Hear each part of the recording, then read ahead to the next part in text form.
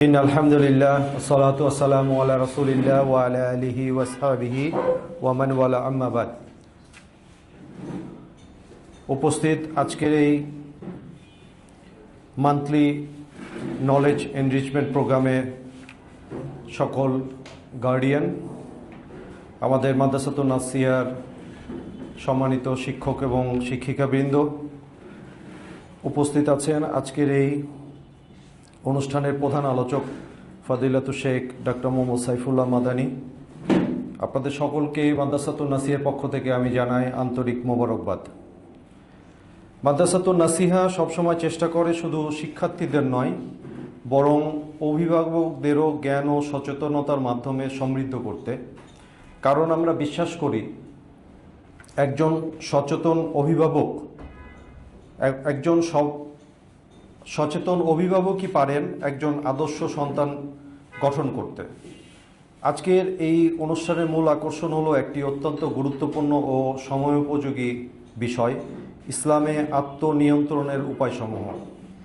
বর্তমান সময়ে আমাদের জীবনে শৃঙ্খলার গুরুত্ব অপরিসীম।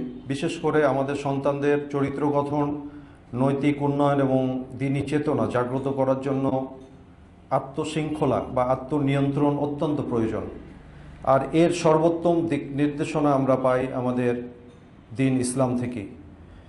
তাই আমরা আর সময় নিব না, এই গুরুত্বপূর্ণ বিষয়টি নিয়ে আমাদের মাঝে আলোচনা করার জন্য উপস্থিত আছেন ফাদিলাতুল শেখ ডক্টর মোহাম্মদ সাইফুল্লাহ মাদানী। আমি শাইখকে বিনীতভাবে অনুরোধ করব ওনার আলোচনা শুরু করার জন্য। আসসালামু আলাইকুম ওয়া রাহমাতুল্লাহি ওয়া বারাকাতুহু। আলহামদুলিল্লাহি রাব্বিল আলামিন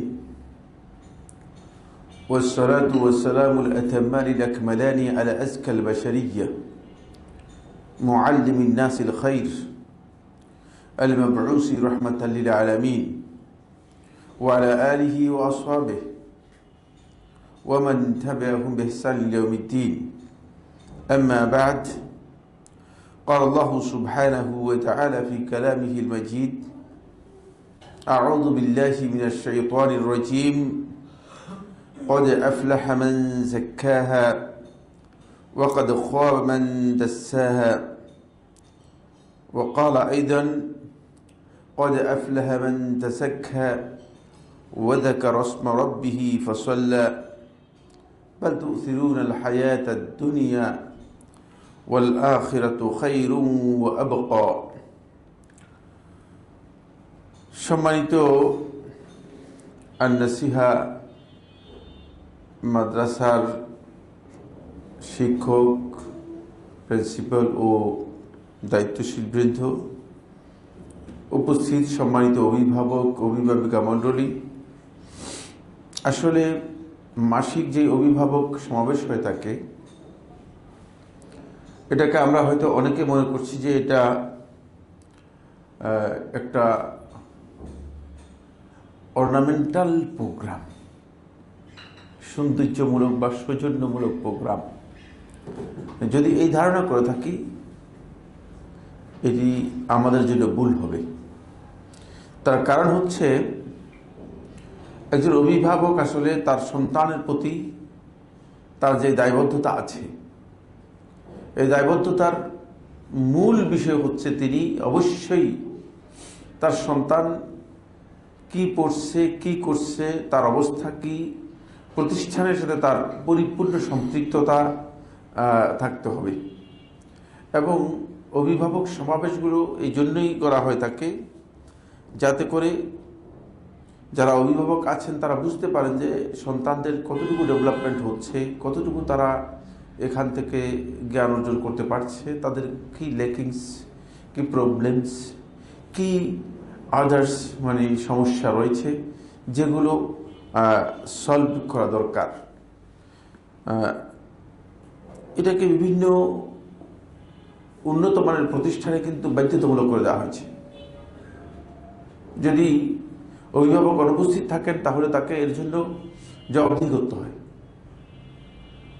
আর যদি একাধিক প্রোগ্রামে অনুপস্থিত থাকেন তাহলে ওই স্টুডেন্টকে প্রতিষ্ঠান থেকে তাকে বের করে দেওয়া হয়, তাকে এক্সপেল করে দেওয়া হয়। মানে এটা এই জন্য করা হয় থাকে, কারণ যদি আসলেই সুনাগরিক অথবা সুসন্তান অথবা ভালো একাডেমিক কোয়ালিটি আপনি নিতে চান, তাহলে আপনার শিক্ষকদের সাথে আপনার সম্পর্ক এবং অবস্থানটা অত্যন্ত সৌহার্দ্যমূলক এবং সম্প্রীতিমূলক, সৌজন্যতামূলক, সহযোগিতামূলক হতে হবে। সেটা তো তখন হবে যখন আপনি মানে প্রতিষ্ঠানে আসবেন, ভর্তির দিন আসলেন, ভর্তি করে দিয়ে চলে গেলেন, এরপর আর কোনোদিন খবর নিলেন না, এরপর রেজাল্টের সময় এসে দেখলেন যে রেজাল্ট ভালো হয় নাই, টিচার কাপে বলছে কী ব্যাপার, আমার ছেলের রেজাল্ট ভালো হয় নাই কেন? এটা টিচার যেমন মানে কত কিছু দোষ, মানে কিছু এর জন্য দায় গ্রহণ করবে, আর এর অধিকাংশ দায় কিন্তু আপনাকে বহন করতে হবে, অধিকাংশ দায় আপনাকে বহন করতে হবে। আপনি হয়তো মনে করেছেন যে না, মানে আমি কোনো দায় বহন করব না, না, অধিকাংশ দায় আপনাকে বহন করতে হবে। তো এই জন্য এই বিষয়গুলো আসলে আমাদের অনেকেরই কেন জানি এই সমস্ত ক্ষেত্রে আমাদের উদাসীনতা, অমনোযোগিতা অথবা অবহেলা কাজ করছে। আমি আপনাদের সবাইকে অত্যন্ত বিনয়ের সাথে যেটা অনুরোধ করব সেটা হচ্ছে, এই অভিভাবক সমাবেশে আপনারা রেগুলার হওয়ার জন্য চেষ্টা করবেন। মানে অভিভাবকদের জন্য এই আয়োজনটা করা হয়েছে, তো আয়োজনের পেছনে তো আসলে কিছু শ্রম, কিছু মেধা, কিছু সময়, না, এগুলো সবটাই এর মধ্যে যুক্ত হয়েছে। তো এটা যদি অভিভাবকরা না আসে, তাহলে এই কাজটুকু মানে যেভাবে সাকসেস হওয়ার কথা বা যেই পর্যায়ে পৌঁছার কথা, সেই পর্যায়ে সেটা পৌঁছতে পারছে না। এই জন্য আমি আপনাদেরকে প্রথমেই এই বিষয়টি দৃষ্টি আকর্ষণ করলাম, কারণ এটাও অত্যন্ত গুরুত্বপূর্ণ বিষয় যে সন্তানের প্রতি আপনার কতটুকু গুরুত্ব আছে এটা বোঝা যায়। এর মাধ্যমে মানে এটা উপলব্ধি করা যায় যে আসলে সন্তানের প্রতি আপনার কতটুকু গুরুত্ব আছে। মানে আপনি দেখেন না, আপনি এই বিকারুন্নেসাতে গিয়েছেন, আপনারা দেখেন, তারপর আরও কিছু কিছু স্কুল আছে, মানে অভিভাবকরা রাস্তায় বসে আছে, মহিলারা সব গরমের মধ্যে, প্রচণ্ড গরমের মধ্যে রাস্তায় বসে আছে, মানে এসিতে তাদেরকে বসায় রাখছে, এরকম দেখবেন না। এটা আমি তো নিজস্ব চোখে প্রায় দেখি, যে সমস্ত প্রতিষ্ঠানে আছে অভিভাবক সব রাস্তার মধ্যে বসে আছে, এদের জন্য বসার কোনো ব্যবস্থা নেই, সব রাস্তার মধ্যে মানে ঢালাওভাবে, মানে মনে হয় যেন ফকির মিসকিন, কিন্তু একজনও ফকির মিসকিন লোক না, মানে ফকির মিসকিনের মতো বসে আছে, বসে বাদাম টাদাম এগুলো খাচ্ছে। মানে তাদের জন্য যে আলাদা খাবারের আয়োজন করছে তাও না, বুঝতে পেরেছে, বাদাম আর চানাচুর খাচ্ছে। কিন্তু কেন? তার কারণ হচ্ছে তার অন্তরের মধ্যে আসলে তার সন্তানের জন্য একটা ভালোবাসা আছে, সন্তানের প্রতি একটা গুরুত্ব আছে। এই কারণে ওখান থেকে সন্তান পাস করার পরে সেই সন্তান হয়ে বুঝলেন না, তারা মানে বিভিন্ন জায়গায় মানে প্লেস করতে পারতেছে, বিভিন্ন জায়গায় তারা অবস্থান নিতে পারতেছে। কিন্তু আমাদের এখানে এটা হতে হলে আপনাদেরও এরকম হতে হবে, সিরিয়াস হতে হবে, আপনাদের সিরিয়াস হতে হবে, সন্তানের প্রতি আপনাদের গুরুত্ব আরও বৃদ্ধি করতে হবে। মানে আপনি গুরুত্বহীন থাকলে তাহলে আপনার সন্তান, এবং আপনার সন্তান কিন্তু এটা যতই ছোট হোক না কেন, আল্লাহ তাআলা মাথার মধ্যে তার একটা বিবেক দিয়েছেন। মানে আপনারা কি মনে করছেন এই যে মানুষের বাচ্চা আর কুকুরের বাচ্চার সমান? এটা কি সমান নাকি? হ্যাঁ, না, প্রশ্নই আসে না। আপনার সন্তান এটা তার বিবেক দিয়ে উপলব্ধি করতে পারতেছে যে আপনি তাকে কতটুকু গুরুত্ব দিচ্ছেন। সে কিন্তু আপনাকে হয়তো কিছু বলতে পারতেছে না, অথবা বলবে না, বলার মতো তার এখনো মানে সে অবস্থান হয় নাই, কিন্তু এক সময় আপনার সন্তান ওইটাই আপনাকে বলবে। ওই আপনি যেই গুরুত্ব দেন নাই, ওই জিনিসটাই আপনার সন্তানের মধ্যে রিফ্লেক্ট করবে। এই কথাগুলো বেশি কঠিন হয়ে গেছে নাকি? হ্যাঁ, কারণ এগুলো অভিভাবকরা মানে একটু মনে করতেছেন, মনে কষ্ট পাচ্ছেন নাকি? না, এটাই বাস্তবতা। এটা আমি একেবারে এটা পরীক্ষিত একটি বাস্তবতাকে আপনাদের সামনে তুলে ধরতেছি। মানে মানে যাদেরকে দেখেছি, যে মানে আমার অভিজ্ঞতার মধ্যে যাদেরকে দেখেছি যে সন্তানের ব্যাপারে সে খুবই সিরিয়াস এবং খুবই কনসার্ন, খুবই গুরুত্ব দিয়েছে, দেখা গিয়েছে যে সেই সন্তান মানে মানে দুর্বল সন্তান হলেও সে একাডেমিক্যালি অনেক এগিয়ে গিয়েছে, অনেক এগিয়ে গিয়েছে। কারণ আপনি সন্তানকে উৎসাহিত করবেন, আপনি সন্তানকে অনুপ্রাণিত করবেন, সন্তান মানে আপনার অনুপ্রেরণা টিচারদের অনুপ্রেরণা, এর মাধ্যমে সন্তান মনে করবে যে সে মানে এগিয়ে যেতে পারবে। কিন্তু যখন সন্তান মনে করবে যে না, কেউ তো আমার খবর নেয় না, তো সে যতটুকু অগ্রসর হওয়ার কথা ছিল ততটুকু অগ্রসর হতে পারবে না। তার অগ্রসর হওয়াটা মানে এটাও মানে সে মনে করবে যে কি আমি আসলে পারবো কি পারবো না, তার মধ্যে সে দুর্বলতা কাজ করবে। আসুন, এটা আমরা প্রথমে দৃষ্টি আকর্ষণ করলাম। আমি অনুরোধ করব, বিনয়ের সাথে অনুরোধ করব আপনাদের কাছে, সেটা হলো এই যে মানে এই ধরনের প্রোগ্রামগুলোকে আপনারা মিস করবেন না। আর প্রোগ্রামগুলো তো নিশ্চয়ই আপনারা দেখতে পেয়েছেন যে এগুলো উইকেন্ডে হয়ে থাকে, সাপ্তাহিক বন্ধের দিনগুলোতে হয়ে থাকে। সুতরাং সেটাকে আপনারা একটু গুরুত্ব দিতে পারেন, একটু গুরুত্ব দিতে পারেন। এরপরে আমি যে পয়েন্টটি নিয়ে আপনাদের সাথে কথা বলবো সেটা হচ্ছে, আজকে যে বিষয়টি দেওয়া হয়েছে ইসলামে আত্মনিয়ন্ত্রণের উপায়সমূহ। আসলে এটা একটা কঠিন বিষয়। আত্মনিয়ন্ত্রণ এই বিষয়টি আমাদের জন্য খুবই গুরুত্বপূর্ণ বিষয় এবং অত্যন্ত বুঝার বিষয়। প্রথমে আমি আত্মনিয়ন্ত্রণের মৌলিক যেই গুরুত্ব রয়েছে সেই গুরুত্বটা আমি আপনাদেরকে উপলব্ধি করার জন্য কয়েকটি কথা বলবো। 1 নম্বর পয়েন্ট হচ্ছে সেটা হলো আত্মনিয়ন্ত্রণ, এটি মিফতাহুল ফালাহ, কল্যাণের চাবিকাঠি।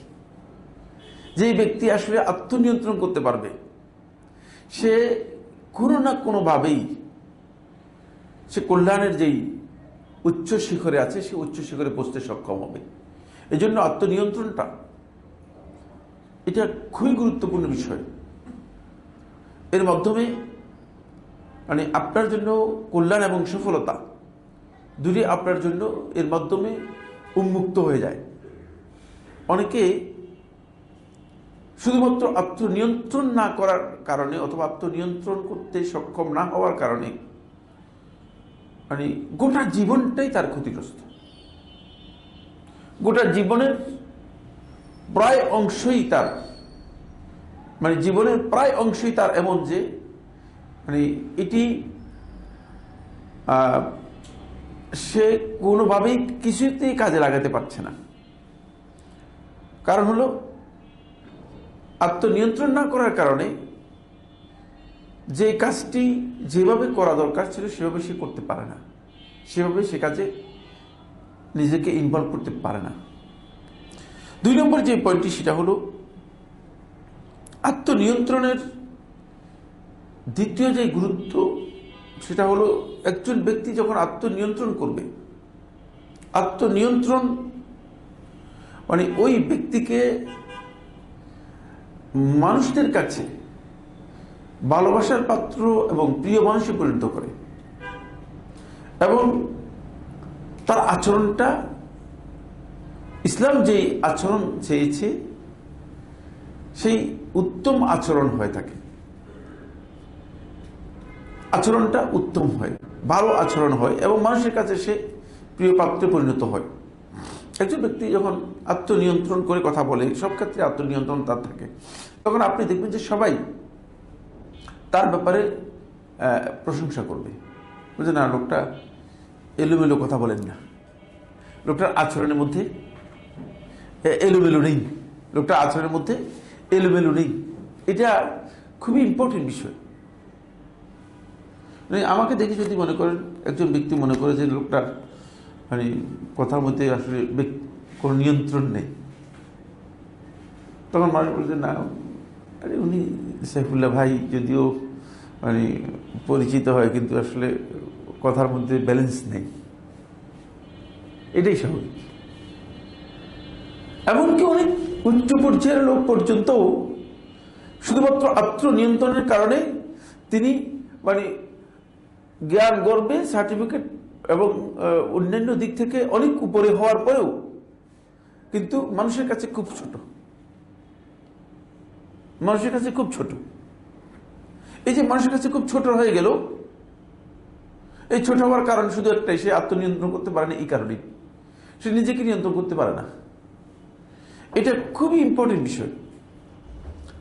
ফলে আত্মনিয়ন্ত্রণটা এটি দলিলুল বীর, তিন নম্বর পয়েন্ট হচ্ছে দলিলুল বীর, এটা হচ্ছে পুণ্যের।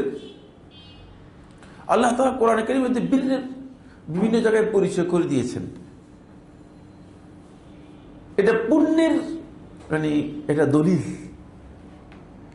পুণ্যটা কি? আব্দুল্লাহ ইবনে ওমর রাদিয়াল্লাহু আনহু বর্ণিত হাদিসের মধ্যে এসেছে সুয়েল আনিল বীর, প্রশ্ন করা হয়েছে বীর সম্পর্কে যে পুণ্যটা কি জিনিস,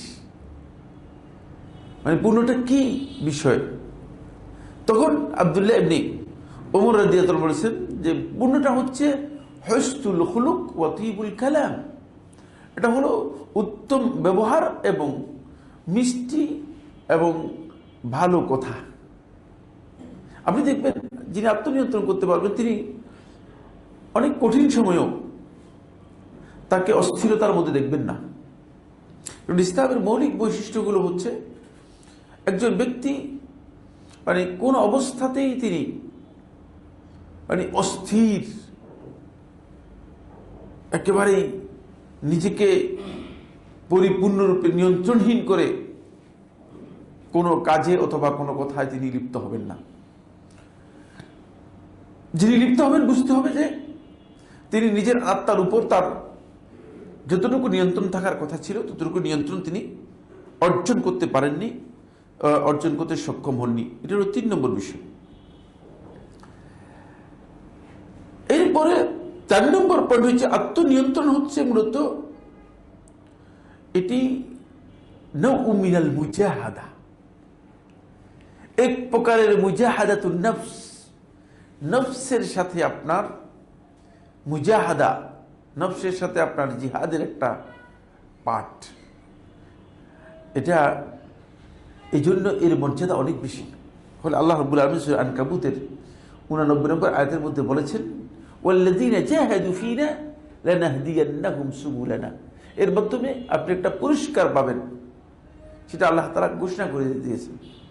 ওয়াল্লাযীনা জাহাদু ফীনা, যারা মানে আমার বিধান এবং আমার হুকুমের ক্ষেত্রে, আমার নির্দেশের ক্ষেত্রে যারা নিজে মুজাহাদা করবে, সর্বোচ্চ প্রচেষ্টা এবং জিহাদ করবে নিজের নফসের সাথে, লানাহদিয়ান্নাহুম সুবুলানা, অবশ্যই আমরা তাদেরকে আমাদের রাস্তাগুলো দেখিয়ে দিব। রাস্তা, তাহলে আপনি যদি সফলতার রাস্তায় পৌঁছতে হয় বা সফলতার রাস্তা যদি আপনি অর্জন করতে হয়, তাহলে আপনার এখানে আত্মনিয়ন্ত্রণ একটা গুরুত্বপূর্ণ পার্ট, গুরুত্বপূর্ণ অংশ, যেখানে আপনি আত্মনিয়ন্ত্রণের মাধ্যমে মানে এই জায়গায় আপনি পৌঁছতে পারবেন। এটি খুবই গুরুত্বপূর্ণ। এটা হচ্ছে মুজাহাদার একটি অংশ।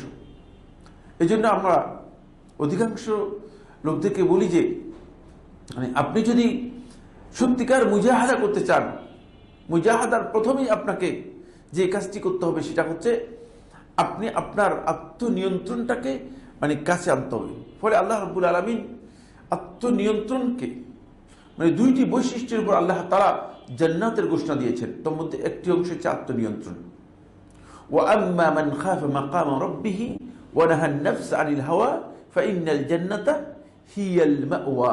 দেখেন, ওয়া আম্মা মান খাফা মাকামা রাব্বিহি, যে তার রবের সামনে দাঁড়ানোকে ভয় করল, মানে এটা হচ্ছে প্রথম পয়েন্ট, যে আপনি আল্লাহ তাআলার সামনে দাঁড়ানোর জবাবদিহিতার বিষয়টাকে আপনি যখন অত্যন্ত গুরুত্ব দিবেন, জবাবদিহিতাকে আপনি যখন সামনে রাখবেন, এটা হলো 1 নম্বর পয়েন্ট।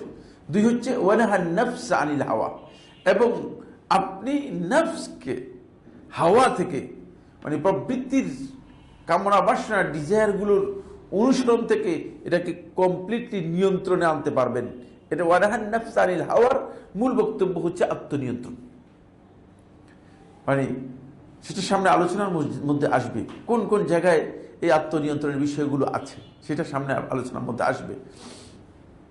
ওয়ানাহান নাফস আনিল হাওয়া, এবং নফসকে হাওয়া থেকে প্রবৃত্তির কুপ্রবৃত্তি যে সমস্ত ডিজায়ার আছে, যে সমস্ত কামনা বাসনা আছে, সেগুলো থেকে যখন আপনি আপনার নফসটাকে কি করবেন, আপনি নিয়ন্ত্রণ করতে পারবেন, সেটাকে আপনার কন্ট্রোলে নিয়ে আসতে পারবেন, ফাইনাল জান্নাতা হিয়াল মাওয়া, তাহলে তার একমাত্র বাসস্থান, একমাত্র আশ্রয়স্থল হবে আল্লাহর কাছে জান্নাত।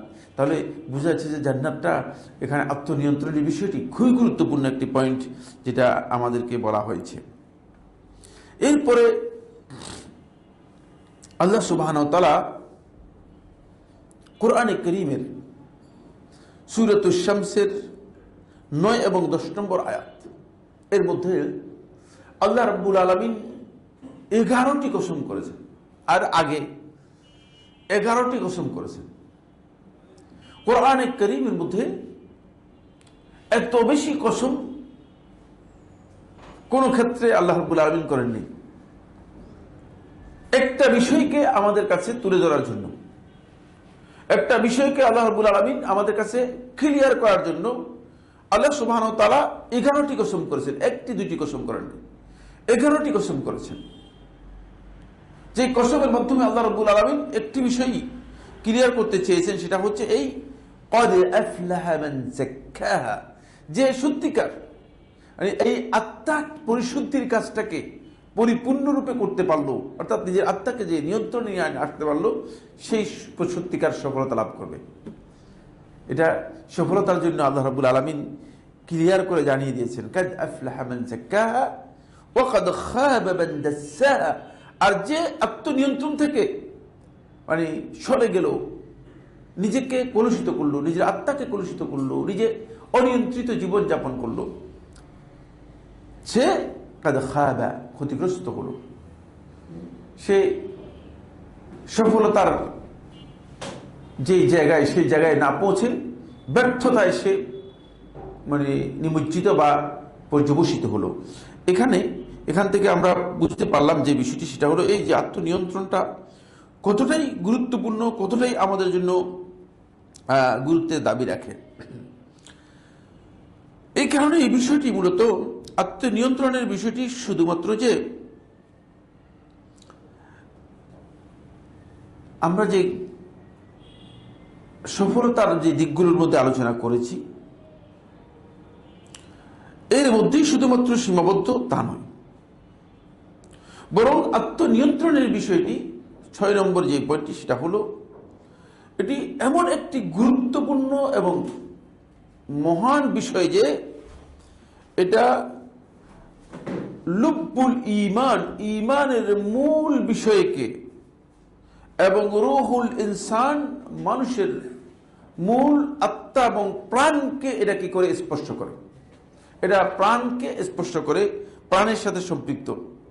ফলে যে ব্যক্তি আত্মনিয়ন্ত্রণ করতে পারবে, সে ব্যক্তি তার প্রত্যেকটি আচরণের ক্ষেত্রে, সেটা মানে তার প্রত্যেকটি কথা কাজ সকল ক্ষেত্রেই সে পরিচ্ছন্ন অন্তরে সালামাতুল কলবের মাধ্যমে মানে সুস্থ অন্তরে সে কাজে নিজেকে লিপ্ত করতে পারবে।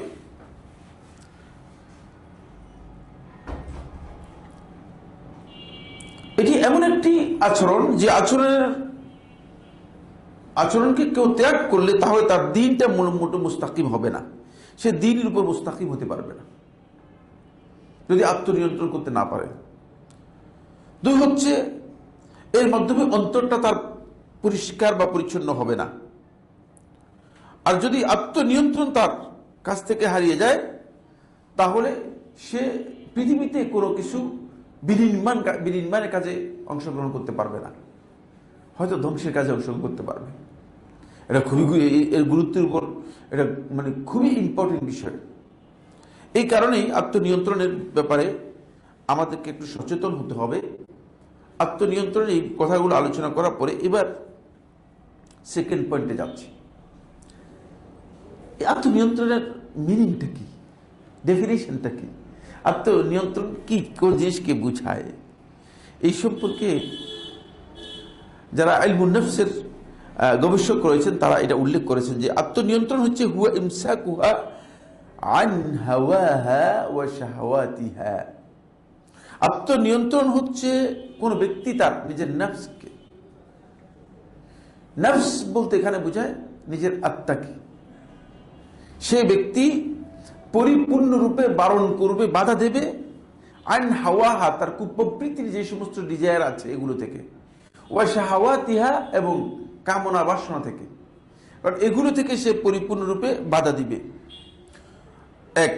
2 নম্বর হচ্ছে ওয়ামানউহা মিন তাজাউজি হুদুদিশ শারঈ ওয়াল আকলি, খুবই গুরুত্বপূর্ণ, এবং নিজের নফসকে বাধা দেবে, বিরত রাখবে, মিন তাজাউজি হুদুদিশ শারঈ, শরীয়তের যে সীমারেখা আছে এগুলো লঙ্ঘন করা থেকে। কারণ শুধুমাত্র ডিজায়ার থেকে বাঁচতে তো হবে না, শরীয়তের সীমারেখাটাও এর মধ্যে আপনাকে কি করতে হবে, বুঝতে হবে। শরীয়তের সীমারেখা থেকে, সীমারেখা অতিক্রম করা থেকে, শুধু শরীয়তের সীমারেখা অতিক্রম করলে চলবে না, আত্মনিয়ন্ত্রণের বিষয়টি 3টি বিষয়কে অন্তর্ভুক্ত করে। এরপরে ওয়াল আকল, বিবেক বিবেচনার যে সীমারেখা আছে সেটাও যাতে লঙ্ঘিত না হয়, এখান থেকেও নিজেকে কি করবে, নিয়ন্ত্রণ করবে, বাধা দেবে। এই 3টি কাজ যদি করতে পারে তাহলে সেই ব্যক্তি আত্মনিয়ন্ত্রণ করতে পারলো। কিন্তু শেখুল ইসলাম ইবনুল কাইয়্যিম রাহিমাহুল্লাহ তাআলা বলেন যে এর সাথে আরেকটি কাজকে যুক্ত করতে হবে। 4 নম্বর কাজ যেটা যুক্ত করতে হবে আত্মনিয়ন্ত্রণের জন্য, সেটা হচ্ছে ওয়াহামলুহা আলা মা ইউরদিল্লাহ তাআলা, আর নফসকে আল্লাহ রাব্বুল আলামিনের সন্তুষ্টি রয়েছে এমন কাজের জন্য বাউন্ড করতে হবে। কারণ শুধুমাত্র এটা করলেন কিন্তু আল্লাহর কাজ করলেন না, তাহলে আত্মনিয়ন্ত্রণের কাজটা আপনার পরিপূর্ণতা লাভ করলেন না। তাহলে এখানে 4টি পয়েন্ট আমরা আলোচনা করলাম, যে কোনো একজন এটাকে রিপিট করতে হবে। আত্মনিয়ন্ত্রণের কাজ হচ্ছে 4টি। প্রথম 3টি এটা কমন ইলমুন নফসের যারা বর্ণনা করেছেন, ইলমুন নফসের যারা কমন ডেফিনেশন দিয়েছেন, তারা ওই দ্বীনের বিষয়টাকে কি করেছেন, অত বেশি গুরুত্ব দেন নাই। কারণ হলো তারা মনে করেছেন যে কোনো ব্যক্তি আত্মনিয়ন্ত্রণ করার জন্য তার দিনটা কি এর মধ্যে অন্তর্ভুক্ত হবে না অন্তর্ভুক্ত হবে না, কারণ তারা মানে কমন আলোচনা করেছেন। কিন্তু আমরা তো ইসলামে আত্মনিয়ন্ত্রণ আলোচনা করতেছি, সুতরাং এটা অবশ্যই এর মধ্যে আসবে। চতুর্থ পয়েন্টটা অবশ্যই এর মধ্যে আসবে, চতুর্থ পয়েন্টটা এর মধ্যে আসবে। এই 4টা পয়েন্ট কে বলতে পারবে? পারবে? আপনার কেউ লিখছেন না? 1 নম্বর পয়েন্ট কে বলতে পারবে? একজন বললেই হবে, একজন বললেই হবে, 2জন বলার দরকার নেই। প্রথম, ভেরি গুড, ডিজায়ার থেকে, নফসের ডিজায়ার, হ্যাঁ, কুপ্রবৃত্তির ডিজায়ার থেকে, ভেরি গুড। এক, হ্যাঁ হ্যাঁ হ্যাঁ, আমাকে বাধ্য করবে। এই 4টি কাজের নাম হচ্ছে আত্মনিয়ন্ত্রণ। এটাগুলো মানে এইটা যদি কোনো ব্যক্তি করতে পারে তাহলে তিনি দেখবেন যে আসলে তার গোটা জীবনটাই তিনি মানে আসলে আত্মনিয়ন্ত্রণ করতে পারতেছেন। আচ্ছা, আপনি কি মনে করেন কোনো ব্যক্তি যদি এই 4টি কাজ করে তাহলে সেই ব্যক্তি মানে তার ঘরের মধ্যে তিনি লোকদের সাথে ঝগড়া করতে পারবেন? পারবেন? পারবেন না। তিনি তার সন্তানদেরকে মারপিট করবেন, এরকম করতে পারবেন? এরকম করতে পারবেন না। তিনি তার মানে অফিস আদালতে গিয়ে মানুষদের সাথে মানে হইচই চেঁচামেচি অথবা ঝগড়া বিবাদে লিপ্ত হবেন? কোনটা করতে পারবেন না। দেখেন, এটা এই জন্য অত্যন্ত গুরুত্বপূর্ণ বিষয়। মানে এই 4টি কাজ এত গুরুত্বপূর্ণ বিষয় যে আত্মনিয়ন্ত্রণের ব্যাপারে ইলমুন নফসের আলেমগণ এটাকে উল্লেখ করেছেন। ফলে তারা মানে এটাকে কেউ কেউ আরো ডিফাইন করেছেন। আরেকটা ডিফিনেশন এভাবে উল্লেখ করা হয়েছে আত্মনিয়ন্ত্রণের, সেটা হলো এই হুয়া সাইতারাতু শাখসি আলা মাশাইরিহি আও রাগাবাতিহি আও আফআলিহি বিইরাদাতিহি শাখসিয়্যা ইয়াহদিফু তাতাওউর ওয়া তাহসিন আশ-শাখসি ওয়া তাসাব্বুর ওয়া আদামুল ইনফিআল। এটা একটা সংজ্ঞা দিয়েছেন ইলমুন নফসের কিছু কিছু আলেম। এর অর্থ কি? অর্থ হচ্ছে এই যে আত্মনিয়ন্ত্রণের অর্থ হচ্ছে সাইতারাতু শাখস, ব্যক্তি নিজের কন্ট্রোলে নিয়ে আসবে, নিজের নিয়ন্ত্রণে নিয়ে আসবে, আলা মাশাইরিহি, তার আবেগ অনুভূতির জায়গাগুলোকে, আবেগের জায়গাগুলোকে। মানে কারণ মানুষ আবেগ আপ্লুত হলে, আবেগ যখন প্রবল হয়ে যায়, বিবেক তখন অকার্যকর হয়ে যায়। আবেগ যখন প্রবল হয়ে যায় তখন বিবেকটা কি হয়? অকার্যকর হয়ে যায়। এই জন্য আবেগের জায়গাটাকে নিজের নিয়ন্ত্রণ আসবে। ও রাগাবাতিহি, অথবা তার যে সমস্ত অনুরাগ আছে, টান আছে, সেগুলোকে, আও আফআলিহি, নিজের কাজ, বিইরাদাতিহি শাখসিয়্যা, তার মানে ব্যক্তিগত ইচ্ছার অধীনে নিয়ে আসবে। আমি ইচ্ছা করলে করব, ইচ্ছা করলে করব না, মানে তার ইচ্ছাটাকে শক্তিশালী করবে তার আবেগের উপর, তার মানে অনুরাগের উপর, তার মানে এটাকে কি বলা হয়, তাকে জজবার উপর। আপনারা জানেন যে সমস্ত লোকেরা এই যে বিভিন্ন জায়গায় হইচই করে, বিভিন্ন জায়গায় গন্ডগোল করে, এটা কিন্তু পুরোটাই আত্মনিয়ন্ত্রণের বাইরে গিয়ে এগুলো করে, পুরোটাই আত্মনিয়ন্ত্রণের বাইরে গিয়ে এগুলো করে। আমাদের কাছে এসে লোকেরা এই কথা বলে যে আমি আমার স্ত্রীকে তালাক দিয়ে দিয়েছি। মানে আমি কি বলছি, আমার হুঁশ ছিল না। হুঁশ না থাকার কারণ কি তোমার? তার কারণ হচ্ছে সে আসলে মানে আত্মনিয়ন্ত্রণের মানে যে বৈশিষ্ট্য, এই বৈশিষ্ট্যের অনেক বাইরে চলে গিয়েছে। ওই আকলের যে সীমারেখার কথা বলেছি না, ঠিক না? আকলের সীমারেখা অতিক্রম করতে পারবে না। কিন্তু মানুষ আকলের সীমারেখা অতিক্রম করে যখন চলে যায়, তখন সে এক প্রকারের পাগল। সে এক প্রকারের কি? পাগল। এই জন্য মানে এই পাগলের মানে প্রকারভেদ আলোচনা করতে গিয়ে ইবনে আবিদিন রাহিমাহুল্লাহ তাআলা ফতোয়া শামির মধ্যে 5 প্রকারের পাগলের কথা উল্লেখ করেছেন। কারণ সবাই আসলে সমান প্রকারের পাগল না, সবাই কি নয়, সমান প্রকারের পাগল না। মানে তবে এরা সবাই কম বেশি কি, এরা সবাই কম বেশি আত্মনিয়ন্ত্রণের বাইরে চলে যায়, আত্মনিয়ন্ত্রণের বাইরে চলে যায়। কি উদ্দেশ্যে এটা করবেন? বে হাদাফি তাতাউর, নিজেকে ডেভেলপ করার জন্য। উদ্দেশ্য থাকবে নিজেকে ডেভেলপ করার জন্য। আপনি দেখেন, আপনি যখন কথা বলবেন, কথার সাউন্ডটা যদি বেশি হয়, আজকে থেকে চিন্তা করুন যে আমার আওয়াজটা একেবারেই মানে তাখাফুত, জাহারে যাবে না, তাখাফুতে যাবে। মানে আওয়াজটা হবে যে উচ্চ আওয়াজে কথা হবে না। এটাকে নিজেকে নিয়ন্ত্রণ করেন। এই ওসিয়ত আমি সবার জন্য করতেছি, মানে আমি নিজের জন্য করতেছি, বুঝতে পেরেছেন কিনা? এটা কিন্তু খুবই গুরুত্বপূর্ণ বিষয়। যখন কথা বলবে তখন কথাটাকে নিয়ন্ত্রণ করে কথা বলা, এটাও কিন্তু খুবই গুরুত্বপূর্ণ। এর মধ্যে কিন্তু একটা সৌন্দর্য আছে। এটা মানুষের দায়িদানের অভ্যাসের সাথে জড়িত। কিন্তু অভ্যাসটাকে যখন কোনো ব্যক্তি মানে অভ্যাসকে মানে নিজের অধীনে নিয়ে এসে সেটাকে সবসময় প্র্যাকটিস করে, সবসময় এর মধ্যে প্র্যাকটিস করে, তখন সেই অভ্যাসটা পরিবর্তন হতে পারে বাধ্য। এই জন্য আপনি প্রথমে কথাটাকে আপনি নিয়ন্ত্রণ করেন, কথাটা আপনার সাউন্ডটাকে কি করেন। আমি কয়েকজন ভাইকে আমি চিনি, যাদের সাথে আমার খুব ক্লোজ সম্পর্ক, পরিচিত। কথার আওয়াজ এত সুন্দর নেই, এত মানে ছোট, এত আওয়াজ কোন সময় লাউড হবে না। আর আরেকজনকে দেখবেন যে কথা বলার সময় মানে আপনি যদি কাছাকাছি থাকেন, মনে হয় যেন আপনার কান ফেটে যাবে। কি জন্য এত জোরে কথা বলতেছে তিনিও জানেন না। আত্মনিয়ন্ত্রণটা করতে পারেন, জায়গাটা নিয়ন্ত্রণের জায়গায় আসতে পারে নাই। এটা খুবই ইম্পর্টেন্ট বিষয়। ও তাহসিনুশ শাখসি, এবং ব্যক্তিকে সুন্দর করার জন্য। কারণ ব্যক্তির সৌন্দর্য পোশাকের মধ্যে নয়। সাইফুল্লাহ, আপনি আমার সৌন্দর্য আসলে জামা কাপড়ের মধ্যে নয়। সৌন্দর্য হচ্ছে ব্যক্তিত্বের সৌন্দর্যের মধ্যে। আর ব্যক্তিত্বের সৌন্দর্য হচ্ছে মানে নৈতিক সৌন্দর্য এবং আত্মনিয়ন্ত্রণের সৌন্দর্যের মধ্যে। ব্যক্তিত্বের সৌন্দর্য হচ্ছে নৈতিক সৌন্দর্য এবং আত্মনিয়ন্ত্রণের সৌন্দর্যের মধ্যে। তখন আপনার এই সৌন্দর্য মানুষ অবলোকন করবে। আপনি যদিও কাপড় চোপড় আপনার খুব ভালো না হয়, কাপড় চোপড়টা আপনার অনেক ভালো যদিও না হয়ে থাকে, মানুষ এটাকে মানে খুব ভালোভাবে দেখবে এবং মানুষ এটাকে খুব মানে গভীরভাবে উপলব্ধি করবে যে লোকটা মানে খুবই সুন্দর। কথার সৌন্দর্য এবং নিজেকে সুন্দর করার বিষয়টি। তাসাব্বুর হচ্ছে ধৈর্য ধারণের প্রচেষ্টা, অব্যাহত প্রচেষ্টা রাখা, ধৈর্যের অব্যাহত প্রচেষ্টা, নিজেকে ধৈর্যের উপর মানে প্রতিষ্ঠিত রাখার চেষ্টা। কারণ ধৈর্য ধারণ করাটা একেবারে সহজ না। সব অবস্থায় একটা বিপদ এসে গেলে, একটা মুসিবত এসে গেলে ধৈর্য ধারণ করে ফেলবেন, এটা খুব সহজ বিষয় মনে করেন না।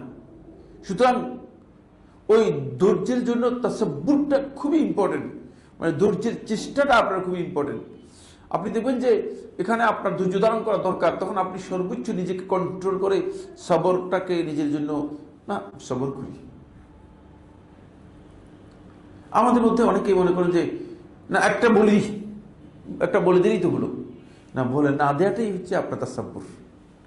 এরপর হচ্ছে ওয়াদাবুল ইনফিআল, আপনাকে রিঅ্যাকশন না করা, রিঅ্যাক্ট না হওয়া। বেশিরভাগ লোকই কথার আগেই রিঅ্যাক্ট হয়ে যায়, মানে অর্ধেক শেষ হয় নাই কথা, বুঝতে পেরেছেন? হয়তো হতে পারে যে শেষে কিছু ভালো আছে, কিন্তু বেশিরভাগ লোককে আপনি দেখবেন যে কথা মানে শোনার আগে রিঅ্যাক্ট হয়ে যায়। খেয়াল রাখতে হবে যে যিনি মানে রিঅ্যাকশনের উপর নির্ভর করে কোনো কাজ এবং কথা করে থাকেন, তিনি আত্মনিয়ন্ত্রণ করতে পারেননি, তিনি আত্মনিয়ন্ত্রণ করতে পারেননি। যখন আপনার রিঅ্যাকশন আসবে, মানুষের জীবনে এটা আসবেই। কারণ হলো মানুষের প্রকারভেদ আছে, কিছু কিছু মানুষের প্রকারভেদ আসে যে তাদের আসলে মেজাজ বিভিন্ন কারণে মেজাজের ভারসাম্য নষ্ট হয়ে গিয়েছে। এই লোকের রিয়েক্ট করাটা একেবারে স্বাভাবিক।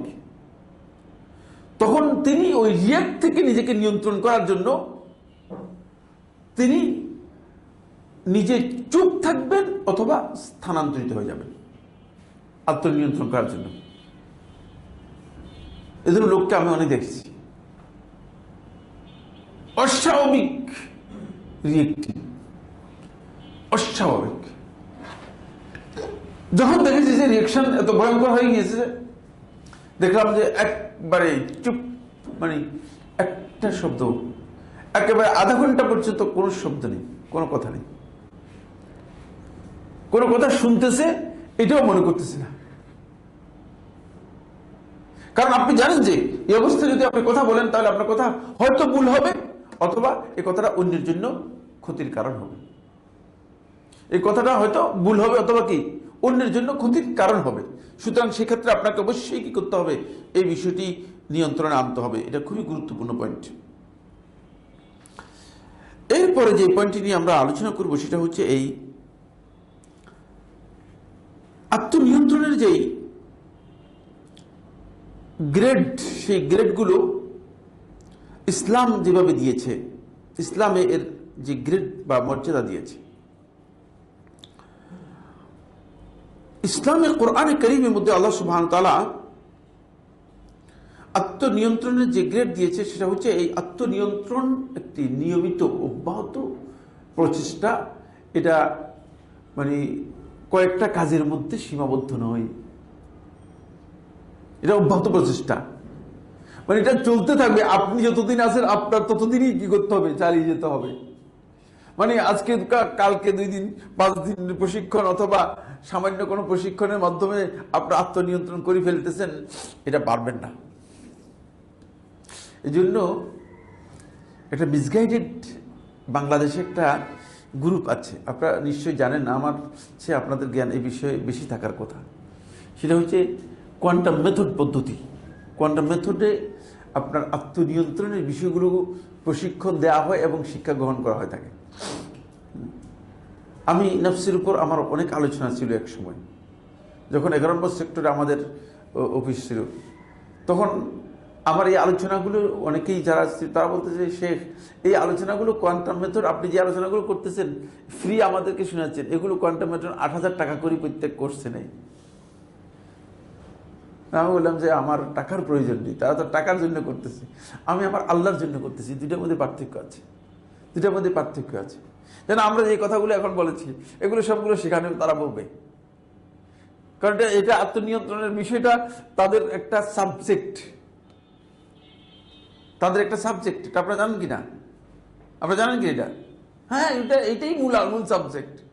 এটা দিয়ে সমস্ত মানুষকে কাবু করতেছে এবং মানুষ মনে করতেছে আপনি স্বাভাবিকভাবেই একজন অত্যন্ত রাগী মানুষ, অত্যন্ত মেজাজি মানুষ, একজন অত্যন্ত অনিয়ন্ত্রিত মানুষ, একজন অত্যন্ত বিশৃঙ্খল মানুষ, একজন একেবারে নিয়মিত বললেন মানে মানে উদাসীন মানুষ।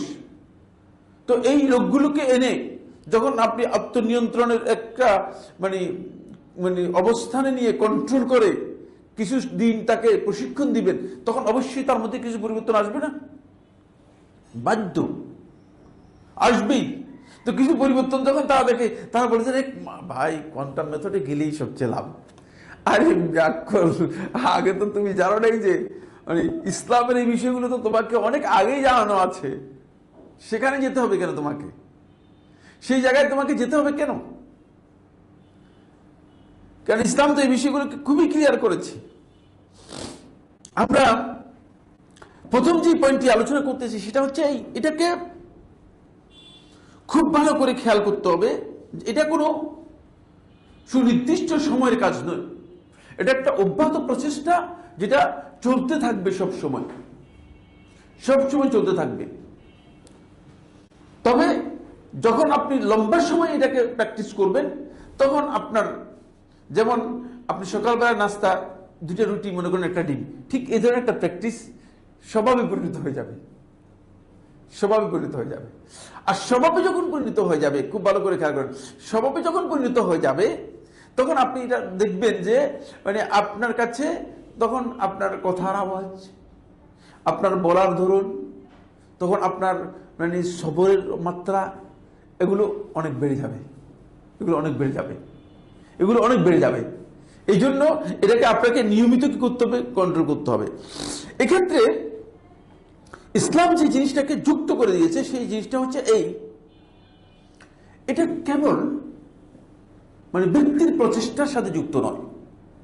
3 নম্বর বিষয়টি, এটা কেবল ব্যক্তির প্রচেষ্টার সাথে যুক্ত নয়। কারণ আল্লাহ তাআলা অবশ্যই বান্দাকে যদি রহম করেন, তাহলে বান্দা এক্ষেত্রে সবচেয়ে বেশি সাহায্য প্রাপ্ত হবেন। সূরা ইউসুফের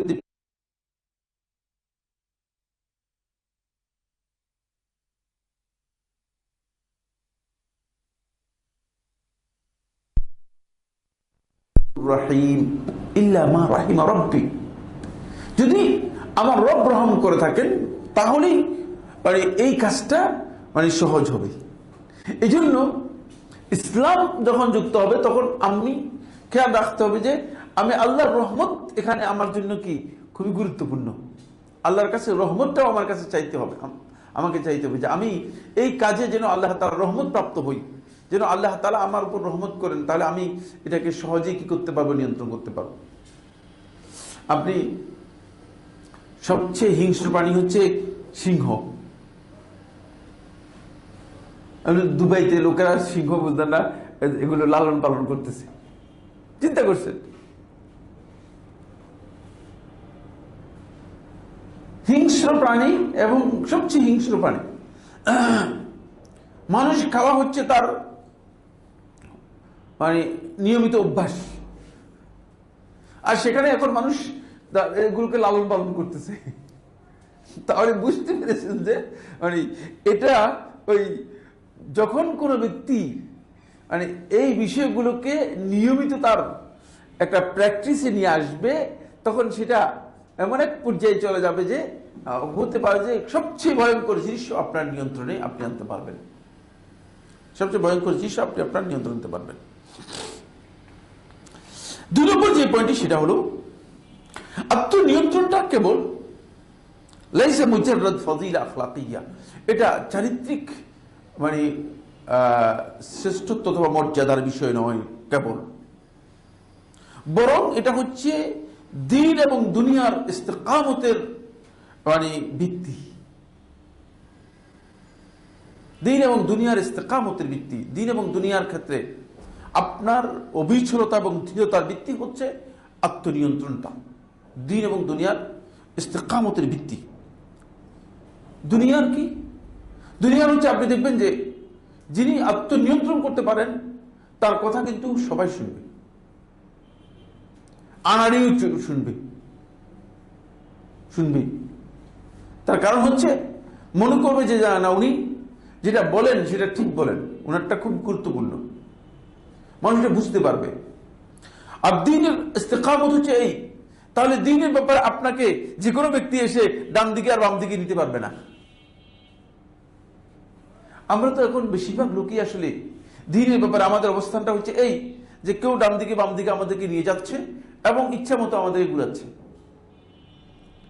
কদিন এই হুজুরের বক্তব্য, কদিন এই হুজুরের বক্তব্য, কদিন এই হুজুরের মুরিদ, কদিন ওই হুজুরের মুরিদ, কদিন এই দরবারে, কদিন ওই দরবারে।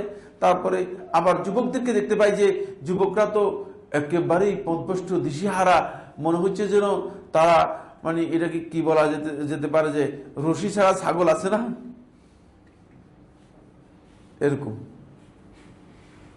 রশিবিহীন ছাগলের মতো যেখানে যায় সেখানে কিছু মানে কি করতেছে, মানে কি অর্জন করার জন্য চেষ্টা করতেছে। এরপরে মানে কতটুকু জানে বা না জানে সেটা নয়, মানে আলেম জ্ঞানী তাদেরকে যাচাই করতেছে, মানে পুরোটাই গলত, পুরোটাই গলত। আপনাকে মানে এই যে কাজ, এই কাজটা মানে কমন আকল দিয়েও আপনি মানে এটাকে কি করতে পারেন না, গ্রহণ করতে পারেন না, যাচাই করার জন্য আসতেছে। একজন জাহিল লোক আমাকে সে একটা মাসালা মানে একটা হাদিস দিয়ে মানে বুঝতে চাইছে যে সে এই হাদিসটা সে কি মনে করছে যে মানে এই হাদিসটা এই জাহিলি পেয়েছে আর আমি সাইফুল্লাহ পাই নাই, এটা করে চিন্তা করতে পারে? চিন্তা করেন তার আকল কতটুকু মানে নিম্নমানের আকল হলে সম্ভব। আর বেটা তুমি জাহেলের থেকে তো আমি অন্তপক্ষে মানে 20 থেকে 30 বছর বেশি পড়েছি, সুতরাং তুমি পেয়ে গেছো যেটা সেটা আমি পাই নাই, এটা কিভাবে তুমি ধারণা করতে পারো? এই বিবেক নেই, ওই আকলের যে সীমারেখা আছে, আকলের ওই সীমারেখাটাকে নিয়ন্ত্রণ করতে পারে নাই, ফলে এসে এই ধরনের কাজ করে থাকে, এই ধরনের কাজ তারা করে থাকে। এরপরে আসেন এখানে এই আত্মনিয়ন্ত্রণটা আপনাকে সব সময় আপনার জীবনের প্রত্যেকটি ক্ষেত্রেই আপনাকে, যদি আপনি সত্যিকার আত্মনিয়ন্ত্রণ করতে পারেন তাহলে আপনাকে কল্যাণ এবং সফলতার দিকে আপনাকে এটা সব সময় ধাবিত করবে, নিয়ে যাবে। কোরআনে কারীমের মধ্যে আল্লাহ সুবহানাহু ওয়া তাআলা আত্মনিয়ন্ত্রণের বিষয়গুলোকে আল্লাহ রাব্বুল আলামিন খুবই স্পষ্ট করে অনেকগুলো আয়াতের মধ্যে বলেছেন, যেখানে আল্লাহ তাআলা আত্মনিয়ন্ত্রণের মৌলিক বৈশিষ্ট্যগুলো তুলে ধরেছেন। তার মধ্যে সবচেয়ে বড় বৈশিষ্ট্য হচ্ছে সবর। এটার অন্য একটি হাদিসটিকে ইবনে রজব হাসান বলেছেন, সেটা হচ্ছে ওয়াসসাবরু নিসফুল ঈমান, সবর হচ্ছে ঈমানের অর্ধেক। আর ঈমান কোন পর্যায়ের চিন্তা করেছেন? ঈমানের অর্ধেক। এই ব্যাখ্যার মধ্যে আহলে হাদিসের মধ্যে অনেকেই বলছেন যে ঈমানের অর্ধেক যদি সবর হয় তাহলে আরেক অর্ধেক কোথায়? আর অর্ধেক কি? কে বলতে পারবে আরেক অর্ধেক কি? হ্যাঁ, আর অর্ধেক কি? হ্যাঁ, ভেরি গুড, মাশাআল্লাহ। আমার চেয়ে তো বেশি জ্ঞান দিতেছি আমি তো আসলে। হ্যাঁ, ঠিকই আছে। মানে অর্ধেক যদি সবর হয়, অর্ধেক হচ্ছে শুকর। এই জন্য শুকরের বিপরীত কুফর। বুঝতে পেরেছেন কিনা? শুকরের বিপরীত শব্দ হচ্ছে কুফর। ফাজকুরুনি আযকুরকুম ওয়াশকুরুনি ওয়ালা তাকফুরুন। দেখছেন, শুকরের বিপরীত হচ্ছে কুফর। তাহলে আপনি অবশ্যই এটা আমাদেরকে কি করতে হবে, এটা আমাদেরকে বুঝতে হবে। এটা প্রথম পয়েন্ট, যেটা আল্লাহ তাআলা কোরআনের মধ্যে বলেছেন, ওয়াল ইফফা। ইফফা হচ্ছে নৈতিক পরিচ্ছন্নতা, নৈতিক পবিত্রতা। মানে আপনি নৈতিকভাবে যদি পদস্খলনে পড়ে যান, এর চেয়ে ভয়াবহ অবস্থা আর কিছু নেই। কারণ যার হায়া উঠে গিয়েছে সে আর এটাকে ফিরে আনা অনেক কঠিন। এই জন্য ইসলামে এর গুরুত্ব এত বেশি যে আল ইফফা, কোন একজন ব্যক্তি মানে তার নৈতিকতার দিকটাকে কোনোভাবেই সে ছাড় দেবে না। আল ইফফা বলা হয় তাকে মানে আখলাকি দিক থেকে, অশ্লীলতা থেকে নিজেকে বিরত রাখা। আর এর শুরু হচ্ছে মূলত পোশাক দিয়ে। আপনি দেখেন শয়তান মানে সর্বপ্রথম যে কাজটি করেছে সেটা হচ্ছে আদম এবং হাওয়া আলাইহিস সালাম, এই দুইজনকে অপরাধের মধ্যে লিপ্ত করে তাদের পোশাক খুলে দিয়েছে। কারণ পোশাক খুবই ইম্পর্টেন্ট বিষয়। প্রথম, আপনাকে খারাপ কাজে লিপ্ত করতে পারবে না। এজন্য প্রথম আপনার পোশাকের মধ্যে কি করবে? আঘাত হানবে। আজকের প্রগতিশীলদেরকে দেখেন, তারা খারাপ কাজে লিপ্ত করাতে মানুষদেরকে পেরেছে তখনই যখন তাদের পোশাক কি করে দিয়েছে, পোশাকের মধ্যে মানে কাটছাট করতে করতে করতে করতে ম্যানেজ করতে করতে আর কিছু নাই, একেবারে নাই করে দিয়েছে, প্রায় নাই করে দিয়েছে। কি বিশ্রী, কি অবস্থা! আমি ভয়ঙ্কর অসুস্থ, আমি বুঝতে পেরেছি। আমি ব্যাংকক হসপিটালে ভর্তি হলাম। তো হসপিটালের ডরমেটরিতে আমার মানে ইয়েতে থাকার জন্য একটা জায়গা নিলাম। এটা ডরমেটরি পরিষ্কার করার জন্য মানে এক মহিলা আসছে, হাফ প্যান্ট একটা পরে আর ছোট্ট একটা গেঞ্জি একটা পরে, দরজায় এসে মানে আওয়াজ করে বলে আমি ঢুকতে চাই। বলি কেন? বলছে আমি এটা পরিষ্কার করবো। না, এটা পরিষ্কার করার দরকার নেই, আমাদের পরিষ্কার আছে, যতটুকু পরিষ্কার আছে এই দরকার, তুমি যাও, তোমার দরকার নেই, এখানে এখানে আমাদের পরিষ্কারের প্রয়োজন নেই। চিন্তা করে মানুষগুলো, মানে আপনি কি মনে করেন বিবেকের কোন পর্যায়ে চলে গেলে, হায়ার কোন পর্যায়ে চলে গেলে, মানে একজন লোক মানে একটা যুবক, পরিপূর্ণ যুবক, বুঝলেন না, একটু প্যান্ট পরে তিনি ঘুরতেছে, না হায়ার কোন পর্যায়ে চলে গিয়েছে তার এই কারণেই তো সে মানে আসলে নিজেকে নিয়ন্ত্রণ তো দূরের কথা, নিজেকে প্রবৃত্তির সাথে এমন ভাবে ভাসিয়ে দিয়েছে যে নিজের অস্তিত্ব সে খুঁজে পাচ্ছে না, নিজের অস্তিত্বটাই সে খুঁজে পাচ্ছে না। প্রবৃত্তির মধ্যে এমন ভাবে নিজের অস্তিত্বটাকে বিলীন করে দিয়েছে, নিজের অস্তিত্বকে এমন ভাবে বিলীন করে দিয়েছে। এরপরের পয়েন্ট হচ্ছে সেটা হলো কাজবুল গায়ব, ক্রোধকে হজম করা। ক্রোধ আসাটা মানুষের জন্য অস্বাভাবিক নয়, কারণ মানব প্রকৃতির দুর্বল দিকগুলো আছে। কিছু জিনিস আছে মানুষের দুর্বল দিক, যেগুলো আল্লাহ তাআলা সৃষ্টিগতভাবে মানুষদেরকে দিয়েছেন। কারণ আপনাকে কিছু দুর্বল দিক না দিলে, ফেরেশতা তৈরি করলে ফেরেশতাকে তো আর পরীক্ষা করা যাবে না, ঠিক না? সামনে আলোচনা করবে ফেরেশতা কিভাবে তৈরি করেছে। যদি আমাদের সময় সাপোর্ট করে আলোচনা হবে, নাহলে আলোচনা হবে না। সময় তো আমাদেরকে সাপোর্ট করতেছেন দেখতেছি। এই জন্য খেয়াল রাখতে হবে যে দুর্বল যে দিকগুলো আছে, সেই দিকগুলোকে আপনাকে পরিহার করার জন্য, সেগুলোকে নিয়ন্ত্রণে আনার জন্য আপনাকে চেষ্টা করতে হবে। তার মধ্যে কাজমুল গায়ব, ক্রোধটাকে আপনি কি করবেন? সংবরণ করবেন, ক্রোধটাকে আপনি হজম করবেন। কালব শব্দ হচ্ছে হজম করা। এর ব্যাখ্যার মধ্যে ইবনে যায়েদ রাহিমাহুল্লাহ তাআলা তাফসীরের মধ্যে উল্লেখ করেন, একেবারে হজম করা মানে এটা পেটের ভিতর ঢুকে ফেলবেন।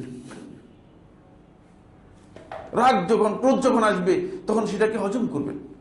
অনেকে আছে ক্রোধকে হজম করে না, সে গুরুত্ব বুঝে না। এরপরে আল আফু, ক্ষমা। এটা মানে আপনি যদি অন্যের সাথে আপনার আচরণটাকে গুরুত্ব দেন, তাহলে আপনার এই নিয়ন্ত্রণের সাথে মানে ক্ষমাটা থাকতে হবে, নাহলে আপনি নিয়ন্ত্রণ করতে পারবেন না। আরে ভুল করছে, ক্ষমা করে দিলাম থাক, তাহলে দেখবেন যে আপনি নিজেকে নিয়ন্ত্রণ করতে পারবেন। ক্ষমাটা খুবই গুরুত্বপূর্ণ বিষয়। আমাকে একজন প্রশ্ন করলে যে শেখ আপনি ক্ষমা বলতেছেন, সব ক্ষেত্রে ক্ষমা করে দিব? তো আমি বলি যে সব ক্ষেত্রে ক্ষমা করলে আপনার অসুবিধা কোথায়? ক্ষমা করলে কি টাকা লস হবে নাকি? ঠিক না? ক্ষমা হচ্ছে এমন একটি বিষয় যে ক্ষমা কিয়ামতের দিন আল্লাহর বান্দাদের, সহিহ মুসলিমের রাওয়ায়াতের মধ্যে এসেছে যে আল্লাহ রাব্বুল আলামিন মা রাফাআল্লাহু বিআবদিন ইজ্জান ইল্লা বিল আফwi, আল্লাহ রাব্বুল আলামিন ক্ষমার মাধ্যমে কিয়ামতের দিন বান্দার ইজ্জতকে, বান্দার সম্মানকে সবচেয়ে বেশি বুলন্দ করবেন, সবচেয়ে বেশি বুলন্দ করবেন। সুতরাং ক্ষমাটা আমাদের জন্য খুবই ইম্পর্টেন্ট বিষয়। এটা আমাদের খুব ভালো করে খেয়াল রাখতে হবে যে যাতে করে আমরা ক্ষমার জায়গাটায় আমরা যেতে পারি এবং ক্ষমা করতে পারি। এটা খুবই ইম্পর্টেন্ট বিষয়। এরপরে হচ্ছে যেটা উল্লেখ করা হয়েছে, আদমু ইত্তিবাইল হাওয়া, প্রবৃত্তির অনুসরণ না করা। প্রবৃত্তির অনুসরণ বলতে বোঝায় মন যা চাই তা করা। এখন আপনার মন চাচ্ছে প্রচন্ড ঠান্ডার মধ্যে আইসক্রিম খাবেন, আইসক্রিম খেলাম।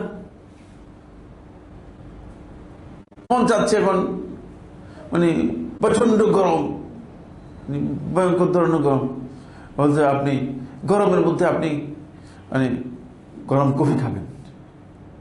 আপনি মনকে মানে মনের সাথে আপনি তাল দিয়ে চললেন। এটা হচ্ছে মূলত প্রবৃত্তির অনুসরণ।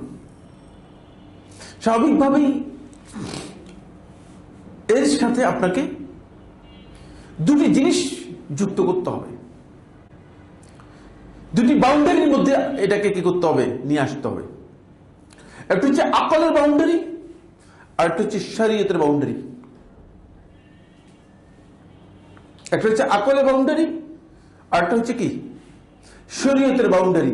এই দুটি বাউন্ডারির মধ্যে যদি আপনি নিয়ে আসেন, তাহলে আপনি দেখবেন যে এটাকে আপনি নিয়ন্ত্রণ করতে পারছেন।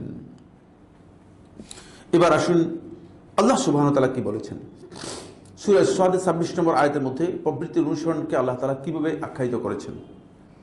এগুলো সবটাই মূলত আত্মনিয়ন্ত্রণের জন্য খুবই গুরুত্বপূর্ণ বিষয়, যেটা কোরআনে কারীমে আমাদেরকে প্রেসক্রাইব করেছে। কোরআন প্রেসক্রাইব করেছে যেগুলো, সেগুলো বললাম। আল্লাহ রাব্বুল আলামিন ইরশাদ করেন, ওয়ালা তাত্তাবিল হাওয়া ফায়ুদিল্লুকা আন সাবিলিল্লাহ। তোমরা বা তুমি, এখানে খেতাব করা হচ্ছে, অ্যাড্রেস করা হচ্ছে মুহাম্মদ সাল্লাল্লাহু আলাইহি ওয়াসাল্লামকে।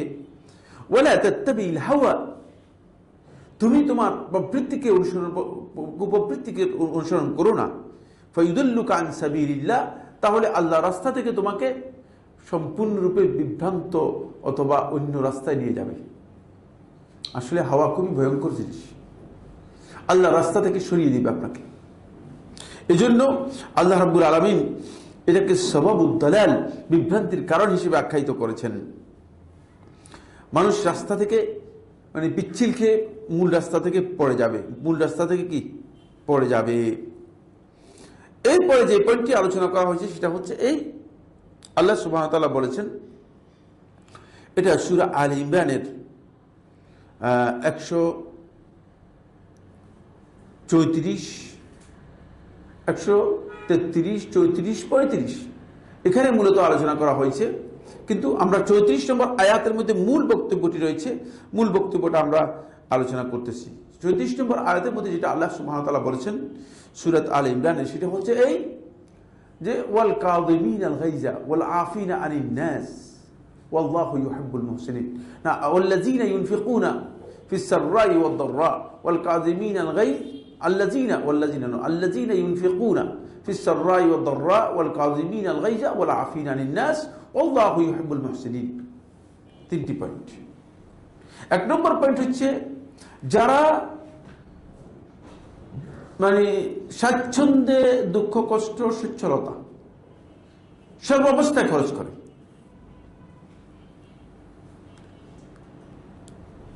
আমাদের মধ্যে অনেকের যখন আর্থিক সংকট হয় তখন তিনি আল্লাহ রাস্তায় খরচ করেন না,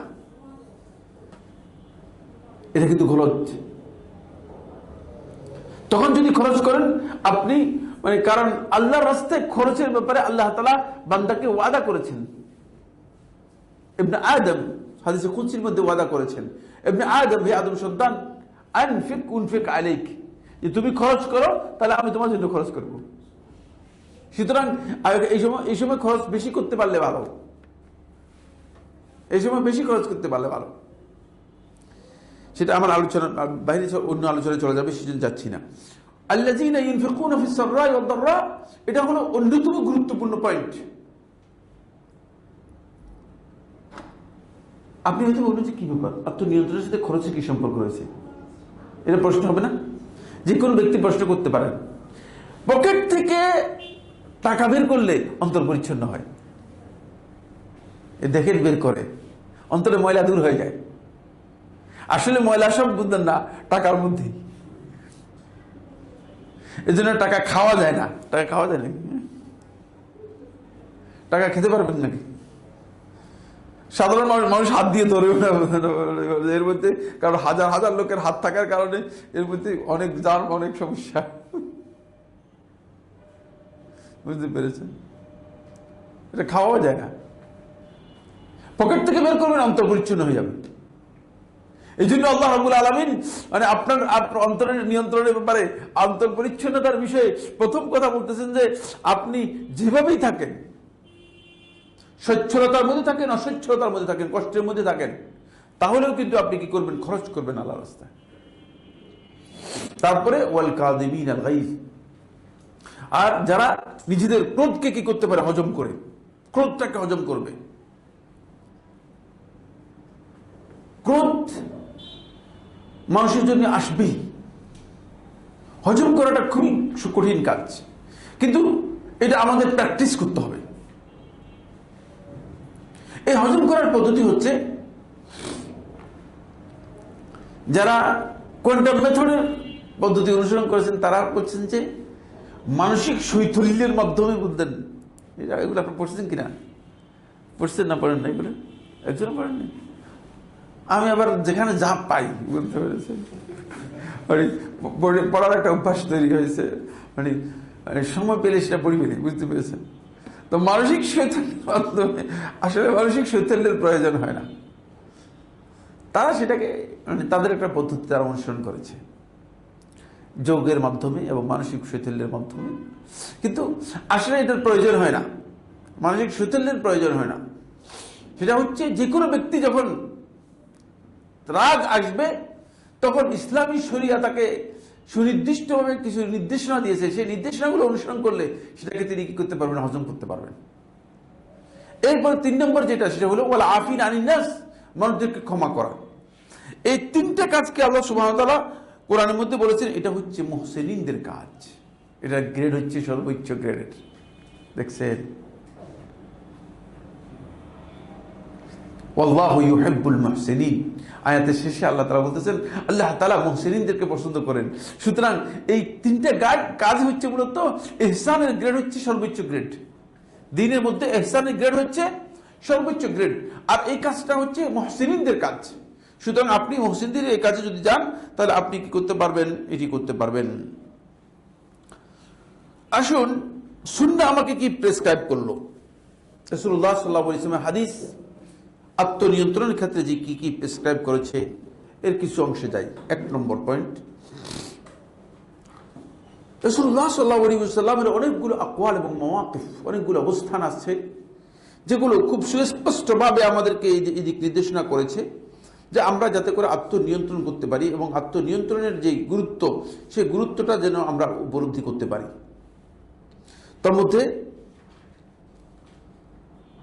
আবু হুরায়রা থেকে বর্ণিত হাদিস, রাসূলুল্লাহ সাল্লাল্লাহু আলাইহি ওয়াসাল্লাম ইরশাদ করেন লাইসা শাদীদু বিসুরআহ, ওই ব্যক্তি শক্তিশালী নয় যে মানুষদেরকে কুস্তি অথবা মানে মানুষের সাথে মল্লযুদ্ধে নিজেকে বিজয় করতে পারে। ইন্নামা শাদীদ আল্লাযী ইয়ামলিকু নাফসাহু ইনদাল গাদাব, প্রকৃত শক্তিশালী ব্যক্তি হচ্ছে সেই যে রাগের সময়, ক্রোধের সময় নিজের নফসের উপর নিয়ন্ত্রণ রাখতে পারে। দেখছেন?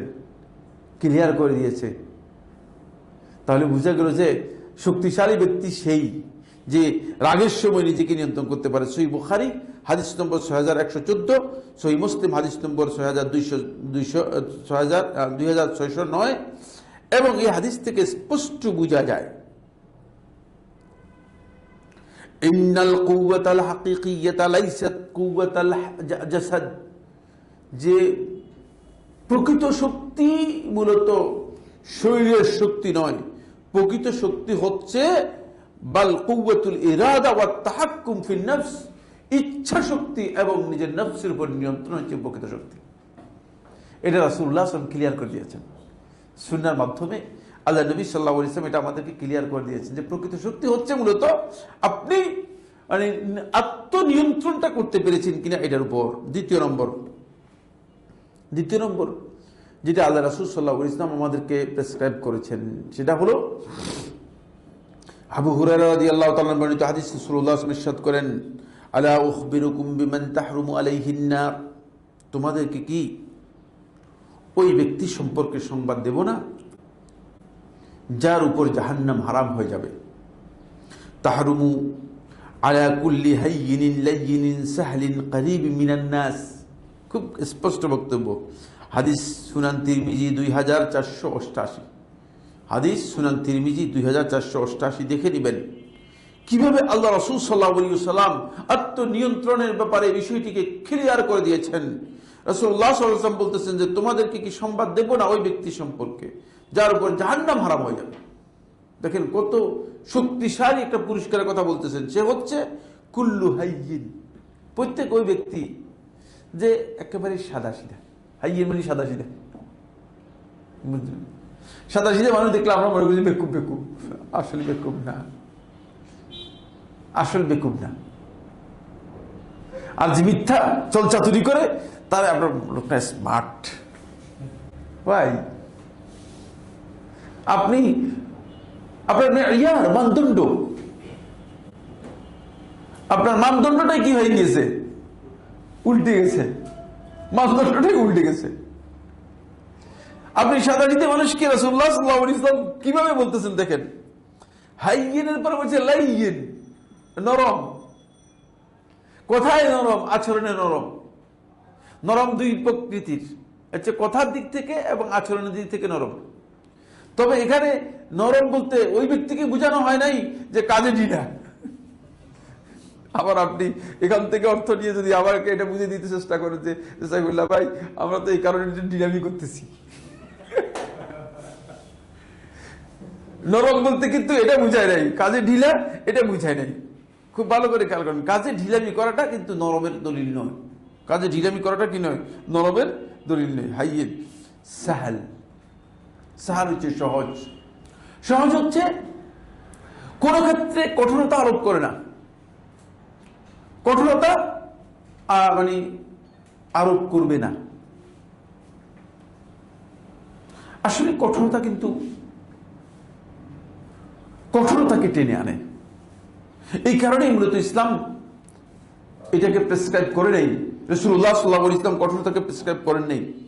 এরপরে করিব মিনান নাস, যে মানুষের কাছে থাকে, মানুষের সাথে তার মানে কাছাকাছি আছে। মানুষের কাছাকাছি থাকাটা এটাও খুবই গুরুত্বপূর্ণ বিষয়। কারণ যিনি মানুষের কাছে থাকতে পারেন তার আচরণটা মানে মানব বান্ধব হয়, নইলে মানুষ সরে যেত।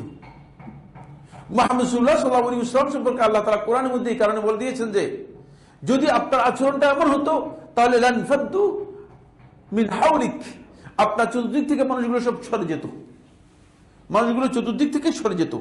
এখান থেকে খুবই স্পষ্ট যে বিষয়টি বোঝা যাচ্ছে যে হাদিস থেকে, সেটা হলো এই যে আত্মনিয়ন্ত্রণের অন্যতম গুরুত্বপূর্ণ দিক হচ্ছে আত্মনিয়ন্ত্রণ ব্যক্তিকে জাহান্নামের আগুন থেকে নাজাতের নিশ্চয়তা দেবে। 2 নম্বর যে বিষয়টি সেটা হলো এই আত্মনিয়ন্ত্রণের মৌলিক বৈশিষ্ট্যগুলো যেগুলো রাসূল সাল্লাল্লাহু আলাইহি ওয়াসাল্লাম প্রেসক্রাইব করেছেন, সেটা হচ্ছে মানুষের সাথে আপনার একটা বান্ধব পরিবেশ থাকতে হবে। মানুষের সাথে আপনার একটা বান্ধব পরিবেশ মানুষের সাথে থাকতে হবে, না হলে আপনি আত্মনিয়ন্ত্রণ করতে পারবেন না। আপনি মানে আত্মনিয়ন্ত্রণের বাইরে চলে যাবেন। এবার আমি যে পয়েন্টটি নিয়ে আলোচনা করব সেটা হচ্ছে আত্মনিয়ন্ত্রণের ক্ষেত্রে যে সমস্ত মানে বিষয়গুলো অথবা কারণগুলো ইফেক্টিভলি কাজ করে থাকে। কারণ আত্মনিয়ন্ত্রণটা এটা শুধুমাত্র সৃষ্টিগত বা প্রকৃতিগত বিষয় নয়, বরং এটা এমন একটি মাহারাত, এমন একটি স্কিল, যে স্কিলটা আপনাকে সফট স্কিল হিসেবে পরিচিত। এবং এই সফট স্কিল ডেভেলপমেন্ট কাজটা আপনাকে কখনো কখনো অর্জনের মাধ্যমে করতে হবে, কখনো কখনো বাস্তবায়নের মাধ্যমে করতে হবে, কখনো কখনো অর্জনের মাধ্যমে করতে হবে, কখনো কখনো বাস্তবায়নের মাধ্যমে করতে হবে। এই মানে বিষয়গুলো যেগুলো এই আত্মনিয়ন্ত্রণের ক্ষেত্রে প্রভাব বিস্তার করে থাকে, সেগুলো প্রথম প্রকার হচ্ছে যেগুলো ঈমানি এবং রূহি, আত্মিক এবং ঈমানের যে সমস্ত মৌলিক বিষয়গুলো রয়েছে সেগুলো প্রথম আলোচনার মধ্যে এটি আসবে। কিছু বিষয় আছে যেগুলো সকল ক্ষেত্রেই মানুষের জন্য কল্যাণের এবং মানুষের পরিশুদ্ধি ও সংশোধন পরিমার্জনের ভিত্তি। এটা ঈমান, একজন ব্যক্তির ঈমানকে শক্তিশালী করার জন্য দরকার, একজন ব্যক্তি আত্মনিয়ন্ত্রণের জন্য দরকার, এটা সকল ক্ষেত্রেই প্রয়োজন। সেই বিষয়গুলো ঈমান এবং আত্মিক যে কারণগুলো রয়েছে সেই কারণগুলো আলোচনার মধ্যে প্রথম নম্বর হচ্ছে আল ঈমানুল আমিক ওয়া মুরাকাবাতুল্লাহি সুবহানাহু ওয়া তাআলা। আপনার ঈমানটা মজবুত এবং দৃঢ় ঈমান হতে হবে এবং আল্লাহ তাআলার পর্যবেক্ষণ আপনার সার্বক্ষণিক আপনার দুই চোখের সামনে থাকতে হবে। এটা হলো প্রথম পয়েন্ট। মানে আপনি আত্মনিয়ন্ত্রণ করার জন্য যেই পয়েন্টগুলো আপনার দরকার হবে, এটা আমরা সবাই জানি। যদি কোনো ব্যক্তি দৃঢ় ঈমানের সাথে এটা বিশ্বাস করে যে আন্নাল্লাহা মুত্তালিউন আলা খাফায়াদ দামাইর, আল্লাহ রাব্বুল আলামিন আমার যত কাজ আছে সেগুলো তো দেখে এবং আমার অন্তরের মধ্যে যেগুলো আমি গোপন করে রেখেছি এই গোপন বিষয়গুলোও দেখে, তাহলে সেই ব্যক্তি কি কোনোদিন নিজের মানে আত্মনিয়ন্ত্রণের বাইরে যাওয়ার সুযোগ আছে? সুযোগ নেই। এই জন্য আল্লাহ তাআলা সূরা গাফিরের 19 নম্বর আয়াতের মধ্যে আল্লাহ রাব্বুল আলামিন বিষয়টি ক্লিয়ার করে দিয়েছেন। সূরা গাফিরের 19 নম্বর আয়াতের মধ্যে আল্লাহ তাআলা বিষয়টি ক্লিয়ার করে দিয়েছেন। আল্লাহ তাআলা পরিচয় করে দিচ্ছেন যে ইয়ালামু খাইনাতাল আ'য়ুন ওয়া মা তুখফিস সুদূর, তিনি তোমাদের চোখ যে খেয়ানত করে থাকে সেই খেয়ানতের বিষয়টা তিনি পরিপূর্ণরূপে জানেন। ওয়া মা তুখফিস সুদূর, এবং তোমরা অন্তরের মধ্যে যেটা গোপন করো সেটাও জানেন, এটাই জানেন। তাই মুমিন এই ক্ষেত্রে সর্বোচ্চ আল্লাহ তাআলার পর্যবেক্ষণকে অগ্রাধিকার দিবে, অনুভূতির মধ্যে তার জাগ্রত থাকবে সর্বাবস্থায়। যখন সিগনেচার করবেন তখন আপনার খেয়াল থাকবে যে আমার আল্লাহ তাআলা দেখতেছেন কিসের উপর সিগনেচার করতেছে। যখন আপনি হ্যাঁ ভোট দিচ্ছেন, হ্যাঁ জাহিরের মতো, আপনি জানেন কিয়ামতের দিন আপনার এই হ্যাঁ হয়তো জাহান্নামে যাওয়ার কারণ হয়ে যেতে পারে, ঠিক না? তো আপনি কিসের ভিত্তিতে বলতেছেন? আল্লাহ রাব্বুল আলামিনের পর্যবেক্ষণকে আপনি কি আসলে সেখানে অগ্রাধিকার দিচ্ছেন কিনা সেটা আপনাকে খেয়াল রাখতে হবে। যে তাই নিজেকে আপনি কোনোভাবেই কি করতে পারবেন না, কোনোভাবেই ছেড়ে দিতে পারবেন না, একেবারে ওপেন করে দিলেন, উন্মুক্ত করে দিলেন, সেটা আপনার জন্য বৈধ হবে না।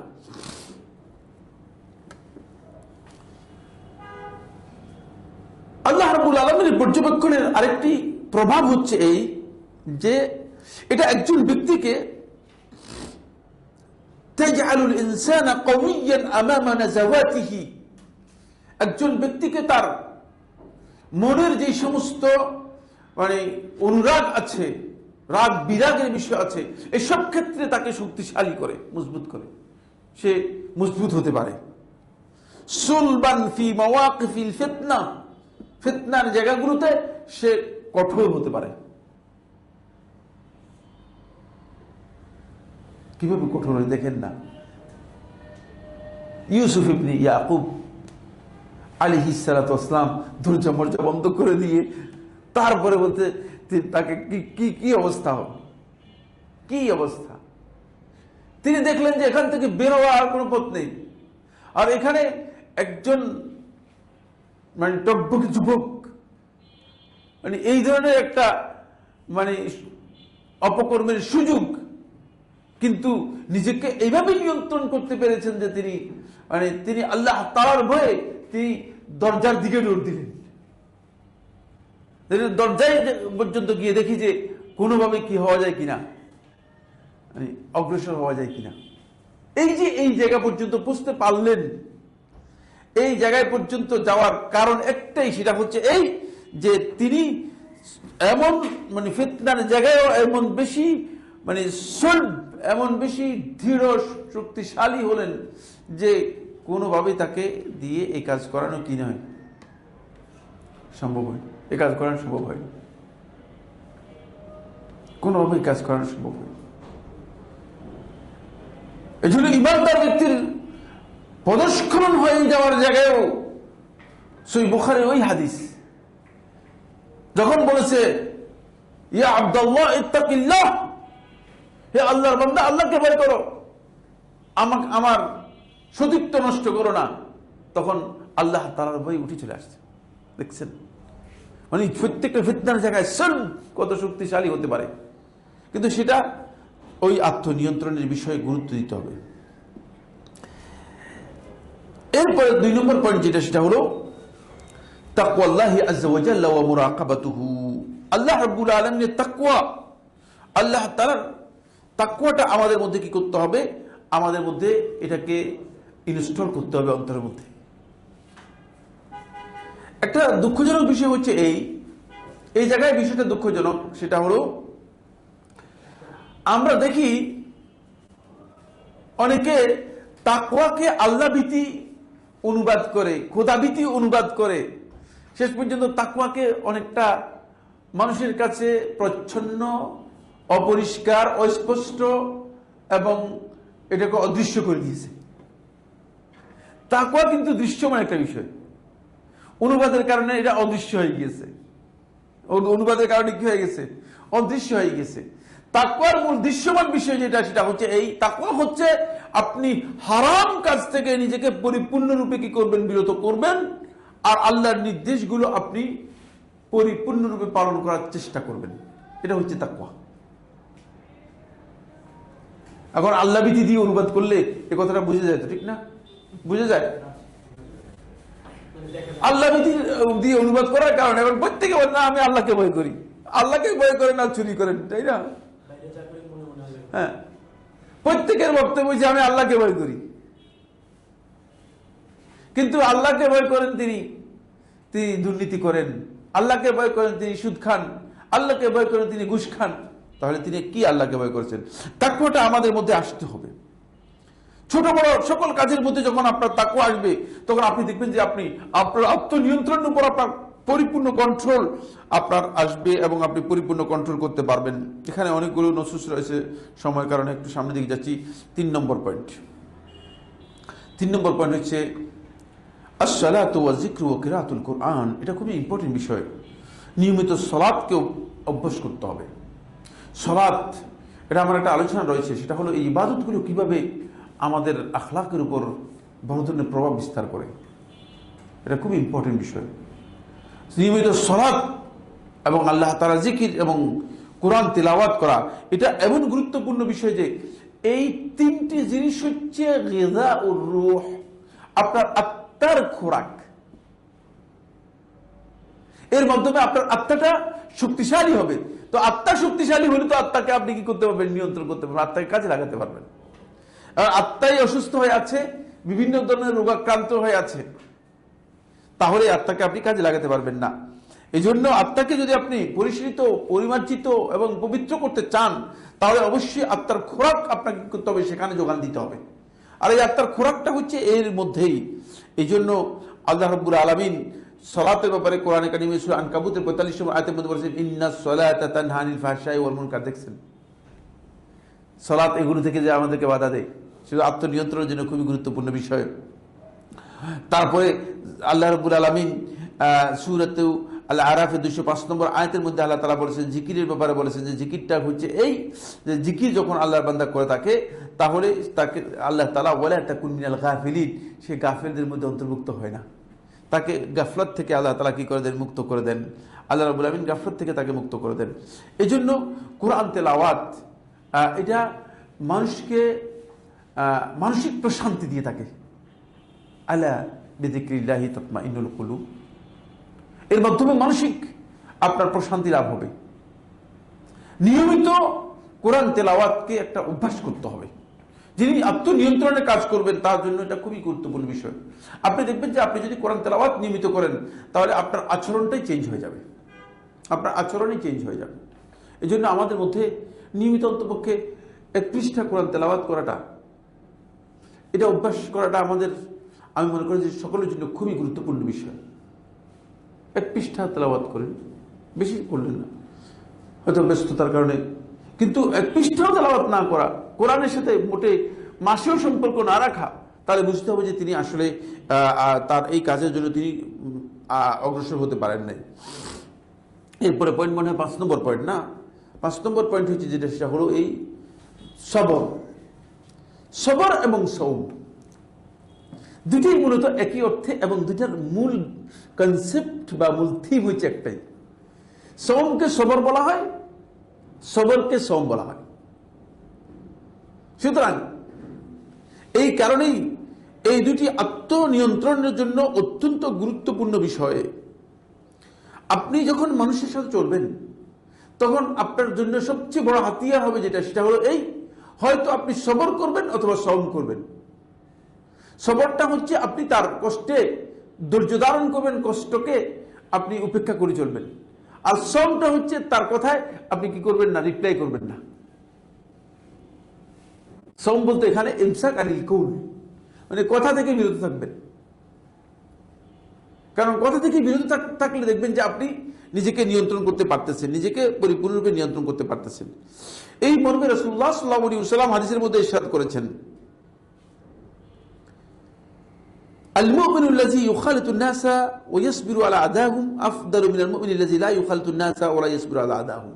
দেখেন, ওই ঈমানদার ব্যক্তি যে মানুষের সাথে যোগাযোগ মেনটেন করে, মানুষের সাথে চলাফেরা করে এবং মানুষের দুঃখ কষ্টে সেটা সবর করে, সে ওই মুমিনের চেয়ে উত্তম যে মানুষের সাথে যোগাযোগও নাই, মানুষের সাথে দেখা সাক্ষাৎও নাই, চলাফেরাও নাই, থাক দরকার নেই, দূরে থাক দরকার নেই সেই ব্যক্তির চেয়ে। কারণ হলো এই ব্যক্তিকে আল্লাহ তাআলা অধিক পরিমাণে প্রতিদান দিবেন এই কারণে, যেহেতু সে সবর করতে পেরেছে। আর সবরের মাধ্যমেই সে মূলত তার আত্মনিয়ন্ত্রণ করতে পেরেছে। ইবনে মাজাহ হাদিস নম্বর 4032 এবং হাদিসটিকে শেখ নাসরুদ্দিন আলবানী রাহিমাহুল্লাহ তাআলা সহিহ বলেছেন। 6 নম্বর পয়েন্ট হচ্ছে আল ইলমু শারঈ ওয়াল ওয়াই আদ-দীনী। শরঈ জ্ঞান, আপনাকে শরীয়তের জ্ঞান আপনার থাকতে হবে, এবং আল ওয়াই আদ-দীনী, দ্বীনের আপনার উপলব্ধি থাকতে হবে। মানে ইসলামের যে চেতনা আছে সেই চেতনাটুকু আপনার থাকতে হবে, দ্বীনি চেতনা থাকতে হবে। শরীয়তের জ্ঞান আছে, অনেকের কাছে বইয়ের জ্ঞান আছে বা সার্টিফিকেট আছে, কিন্তু আসলে দ্বীনের মৌলিক চেতনাটুকু নেই, তাহলে তার মধ্যে কাজ করবে না। এটা আপনার জন্য খুবই গুরুত্বপূর্ণ বিষয়। কারণ হচ্ছে ইলম হচ্ছে নূর, এটা আপনাকে আলো দিয়ে আপনার মূল রাস্তা কোনটা সেটা আপনাকে কি করবে, এনলাইটেড করে দেবে, আলোকিত করে দেবে। আর মূর্খতা হচ্ছে অন্ধকার। ফলে কোন ব্যক্তি যদি জাহিল হয়ে থাকে তাহলে সেই ব্যক্তি আল্লাহ তাআলার সীমারেখাগুলো বুঝতে পারবে না। এই কারণে আল্লাহ তাআলার সীমারেখাগুলো বোঝাটা আমাদের জন্য খুবই দরকার। আমি এই কারণেই আপনাদেরকে অনুরোধ করব যে এই যে অভিভাবক সমাবেশটা, অভিভাবকদের উপস্থিতিটা খুবই দরকার। কারণ অভিভাবকরা এর মাধ্যমে মানে শরীয়তের কিছু বিষয় যদি জানে, এটাকে অভিভাবকদের লাভ হবে না ক্ষতি হবে, কি মনে করেন আপনার? হ্যাঁ, একজনের কথা বুঝেন নাই? লাভ হবে, এটা বলতে হবে, লাভ হবে। কারণ আপনার প্রয়োজন আছে, আমাদের সকলেরই তো প্রয়োজন রয়েছে। আপনি মনে করেছেন যে আপনার সন্তানের জন্য মানে দ্বীনের জ্ঞান প্রয়োজন রয়েছে আর আপনার জন্য প্রয়োজন নেই, তাহলে তো আপনি মানে দ্বীনের জ্ঞানের ব্যাপারে আপনি আসলে এখনো ভুল কনসেপ্টের মধ্যে আছেন, এখনো ভুল কনসেপ্টের মধ্যে আছেন। আপনার কনসেপ্টটা এখনো কি নেই, ক্লিয়ার হয়নি, এটা খেয়াল রাখতে হবে। এটা আমাদেরকে কি করতে হবে, অর্জন করার জন্য চেষ্টা করতে হবে। ফলে সলফে সালেহিনদের মধ্যে শেখুল ইসলাম ইবনে কাইয়্যিম রাহমাতুল্লাহ বলেন, আল ইলমু ইউআরিফুকা বিকাদারিল্লাহ। যদি তুমি ইলম অর্জন করো তাহলে ইলম তোমাকে আল্লাহ তাআলার মর্যাদা, আল্লাহ তাআলার গ্রেড, আল্লাহ তাআলার সম্মানের জায়গাটা তোমাকে পরিচয় করে দিবে। ওয়া ইউআরিফুকা বিদাফি নাফসিকা, এবং তোমার নিজের মধ্যে মানে আত্মায় কোথায় কোথায় দুর্বলতা আছে, আত্মিক দুর্বলতা কোন কোন পয়েন্টে আছে সেটাও তোমাকে কি করবে, চিহ্নিত করে দিবে। ফায়ুসাহিলু আলাইকা দাবতাহা, তাহলে আত্মনিয়ন্ত্রণের পথটা তোমার জন্য সহজ হয়ে যাবে। এটা খুবই দরকার। এরপরে কত নম্বর? 7 নম্বর পয়েন্ট। 7 নম্বর পয়েন্ট হচ্ছে যে বিষয়টি, সেটা হলো সুহবাতুস সালিহিনা ওয়া মাজালিসুজ যিকরি। এটা আলোচনার বিষয় হয়ে গিয়েছে। সৎ কর্মশীল মানুষদের সাথে আপনার বন্ধুত্ব, সখ্যতা, সাহচর্য থাকতে হবে। এবং মাজালিসুজ যিকর, যেখানে আপনার উপদেশ, আল্লাহ এবং তার রাসূলের কথা আলোচনা হয়ে থাকে, সেগুলোতে আপনার উপস্থিতি থাকতে হবে। এগুলো আপনার অন্তরটাকে পরিবর্তন করে। কিছু না কিছু পরিবর্তন হবেই। মানে এমন কোন ব্যক্তি নেই যার অন্তরের মধ্যে যদি কোনো কারণে কথা প্রভাব বিস্তার না করে, তাহলে বুঝতে হবে যে এই ব্যক্তির অন্তর মরে গিয়েছে। মৃত অন্তরকে জীবিত করতে হবে আগে। এই জন্য আপনাকে এই জায়গাগুলোতে অংশগ্রহণ করতে হবে, কারণ এগুলোতে অংশগ্রহণ করলে আপনি সবচেয়ে বেশি সুযোগ পাবেন। সালফে সালিহিনদের মধ্যে অনেকেই বলেছেন যে as-সাহিবুস সালেহ, মানে তোমার সৎসঙ্গী ইউযাক্কিরুকা বিল্লাহ, তোমাকে আল্লাহ তাআলার কথা স্মরণ করে দিবে, ওয়া ইউঈনুকা আলা ওয়াক্তি নাযাওয়াতিকা, এবং তোমার এই আত্মার যে সমস্ত মানে ভুল যে সমস্ত দিক আছে সেগুলোর ব্যাপারে তোমাকে কি করবে, সহযোগিতা করবে, সেগুলো থেকে তোমাকে বাঁচানোর জন্য সহযোগিতা করবে। এই জন্য আপনি দেখেন, একজন ভালো লোকের সাথে যদি আপনি একাধিক ভালো লোকের সাথে আপনার সম্পর্ক তৈরি করেন, দেখবেন যে তাদের কাছ থেকে আপনি যে পরামর্শ পাবেন সেই পরামর্শটা আপনার জীবনের জন্য অনেকটা পরিবর্তন নিয়ে আসবে এবং অনেক পরিবর্তন আসবে। এরপরের 8 নম্বর পয়েন্ট হচ্ছে যেটা, সেটা হলো এই মুহাসাবাতুন নাফসি ওয়া মুরাকাবাতুহা। নফসকে আত্মসমালোচনা করা এবং আত্মপরিচর্যা করা। আমরা দুর্ভাগ্যের বিষয় যেটা, সেটা হলো এই আমরা আত্মসমালোচনা বাদ দিয়ে, আত্মপরিচর্যা বাদ দিয়ে, মানে অন্যের সমালোচনা এবং অন্যের চর্চাটা আমাদের মধ্যে বেশি আমরা কি করতেছি, বেশি করতেছি। মানে আত্মসমালোচনাটা আমাদের কাছে গুরুত্বপূর্ণ নয়, আমাদের কাছে সবচেয়ে গুরুত্বপূর্ণ হচ্ছে অন্যের চর্চা করাটা। অন্যের চর্চাটাকে আমাদেরকে কি করতে হবে, বাদ দিতে হবে। নিয়মিত যদি আপনি আত্মসমালোচনা করেন, আপনি দেখবেন যে আপনি আপনার কাজে সবসময় সচেতন হবেন। 2 নম্বর হচ্ছে আপনি দেখবেন যে প্রবৃত্তির যে কামনা বাসনা আছে এর পেছনে আপনি কোনোদিন নিজেকে কি করবেন না, নিজেকে কোনোভাবেই এর পিছনে তাড়িত করবেন না। এই জন্য আত্মসমালোচনাটা খুবই গুরুত্বপূর্ণ। এটাকে আল্লাহ তাআলা কোরআন কারীমে সূরা হাশরের 18 নম্বর আয়াতের মধ্যে বলেছেন, ওয়াল তানদুর নাফসু মা কদ্দামাত লিগাদ। এই আয়াতের তাফসীর মধ্যে হালুত তাফসীর বলেছেন যে এর উদ্দেশ্য হচ্ছে যে যাতে করে বান্দা প্রত্যেকটি কাজে সে আগামীকালের জন্য বুঝে যে কি কাজটা করা দরকার এবং আত্মসমালোচনা করা দরকার, সেটা সে কাজটি করবেন। এরপরের 9 নম্বর পয়েন্ট হচ্ছে যেটা, সেটা হলো আস-সাওমু ওয়া কাসরাতুল ইবাদাত। সিয়াম পালন করবেন এবং অধিক পরিমাণে ইবাদত করবেন। আল্লাহ তাআলার ইবাদতটাকে বাড়াতে হবে, কারণ আল্লাহ তাআলার ইবাদতটা আপনার প্রবৃত্তি যে কামনা বাসনা আছে এটাকে আস্তে আস্তে করে সংকুচিত করে দেয়। সময়ের কারণে আমি এর বিষয়ে বেশি আলোচনা আর করতে পারতেছি না, অনেকগুলো আলোচনা রয়েছে, এটাকে সংকুচিত করে দেয়। এই জন্য ইবাদতটাকে আপনাকে কি করতে হবে, বৃদ্ধি করতে হবে। এরপরে 10 নম্বর পয়েন্ট হচ্ছে যেটা, সেটা হলো আখিরাত, জান্নাত এবং জাহান্নামকে স্মরণ করতে হবে। নিয়মিত একটা পাঠ রাখেন নিজের জীবনের জন্য, যে আপনি আখিরাত এবং জান্নাত এবং জাহান্নামকে আপনি স্মরণ করেন, তাহলে দেখবেন যে আপনি সর্বাবস্থায় আপনার আত্মনিয়ন্ত্রণটাকে আপনি গুরুত্ব দিতে পারবেন। কারণ আপনি এটা জানেন যে কিয়ামতের দিন আপনাকে প্রত্যেকটা কাজের জন্য আপনাকে কি করতে হবে, জবাবদিহি করতে হবে। এই মর্মে রাসূলুল্লাহ সাল্লাল্লাহু আলাইহি ওয়াসাল্লাম একটি হাদিস খুবই গুরুত্বপূর্ণ। হাদিসটাকে নাসরুদ্দিন আলবানী রাহমাতুল্লাহ এক জায়গায় দঈফ বলেছেন, আর এক জায়গায় সহিহ বলেছেন। অবশ্য শেখ শুআইব রাহিমাহুল্লাহ তাআলা হাদিসটাকে কি করেছেন, হাদিসটাকে হাসান বলেছেন। হাদিসটি হচ্ছে সুনান তিরমিজির মধ্যে এসেছে 2459 নম্বর হাদিস। আন শাদ্দাদ ইবনে আওস রাদিয়াল্লাহু তাআলা আনহু قال الكيس من دان نفسه وعمل لما بعد الموت। বুদ্ধিমান ব্যক্তি হচ্ছে ওই ব্যক্তি যে ব্যক্তি মান দানা নাফসাহু, যে নিজেকে সংরক্ষণ করতে পারলো, ওয়া আমিলা লিমা বাদাল মাউত, এবং মৃত্যুর পরবর্তীর জন্য আমল করতে পারলো, সে হচ্ছে বুদ্ধিমান। মানে মৃত্যুর পরের জন্য যে আমল করতে পারো। ওয়াল আজিজু, অক্ষম হচ্ছে ওই ব্যক্তি মান ইত্তাবা নাফসাহু হাওয়াহা, যে নিজেকে প্রবৃত্তির পিছনে লেলিয়ে দিল, নিজেকে প্রবৃত্তির পিছনে লেলিয়ে দিল। ওয়া তামান্না আলাল্লাহিল আমানি, আর আল্লাহর কাছে সবসময় এটা সেটা, আরে অসুবিধা নেই, গফুরুর রহিম, আল্লাহ গফুরুর রহিম। দেখেন না, অনেক লোককে যখন বলা হয় বা এগুলো কি করতেছেন, আরে চিন্তা করেন না, আল্লাহ গফুরুর রহিম, আল্লাহ গফুরুর রহিম মানে কি? আল্লাহর সাথে তামাশা করতেছেন? খারাপ কাজ করে যদি আল্লাহ তাআলা গফুরুর রহিম চলবে কিনা? এটা হচ্ছে আল্লাহ তাআলার কাছে তওবা করে যদি কোনো বান্দা বলে যে আল্লাহ গফুরুর রহিম, তাহলে এটা শুদ্ধ হবে। কিন্তু খারাপ কাজ অব্যাহত রেখে যদি বলেন যে আল্লাহ তাআলা গফুরুর রহিম, তাহলে আপনি আসলে আল্লাহর সাথে তামাশা করলেন। আল্লাহর সাথে কি করলেন? তামাশা করলেন, যেটা আপনার জন্য মোটেও শুদ্ধ নয়। এরপরে 11 নম্বর পয়েন্ট হচ্ছে আদ-দুআ ওয়াল ইস্তিআনাতু বিল্লাহ, আল্লাহ তাআলার কাছে দোয়া এবং আল্লাহর কাছে সাহায্য প্রার্থনা করা। দেখেন না, সব জায়গায় কিন্তু দোয়া শিক্ষা দিয়েছেন আল্লাহ তাআলা। কোরআনের মধ্যে পর্যন্ত নফস তো মানুষের দুর্বল, মানুষের নফস দুর্বল হওয়ার কারণে এই দুর্বল নফস শক্তি পেতে হলে আল্লাহ তাআলা সাহায্য অপরিহার্য।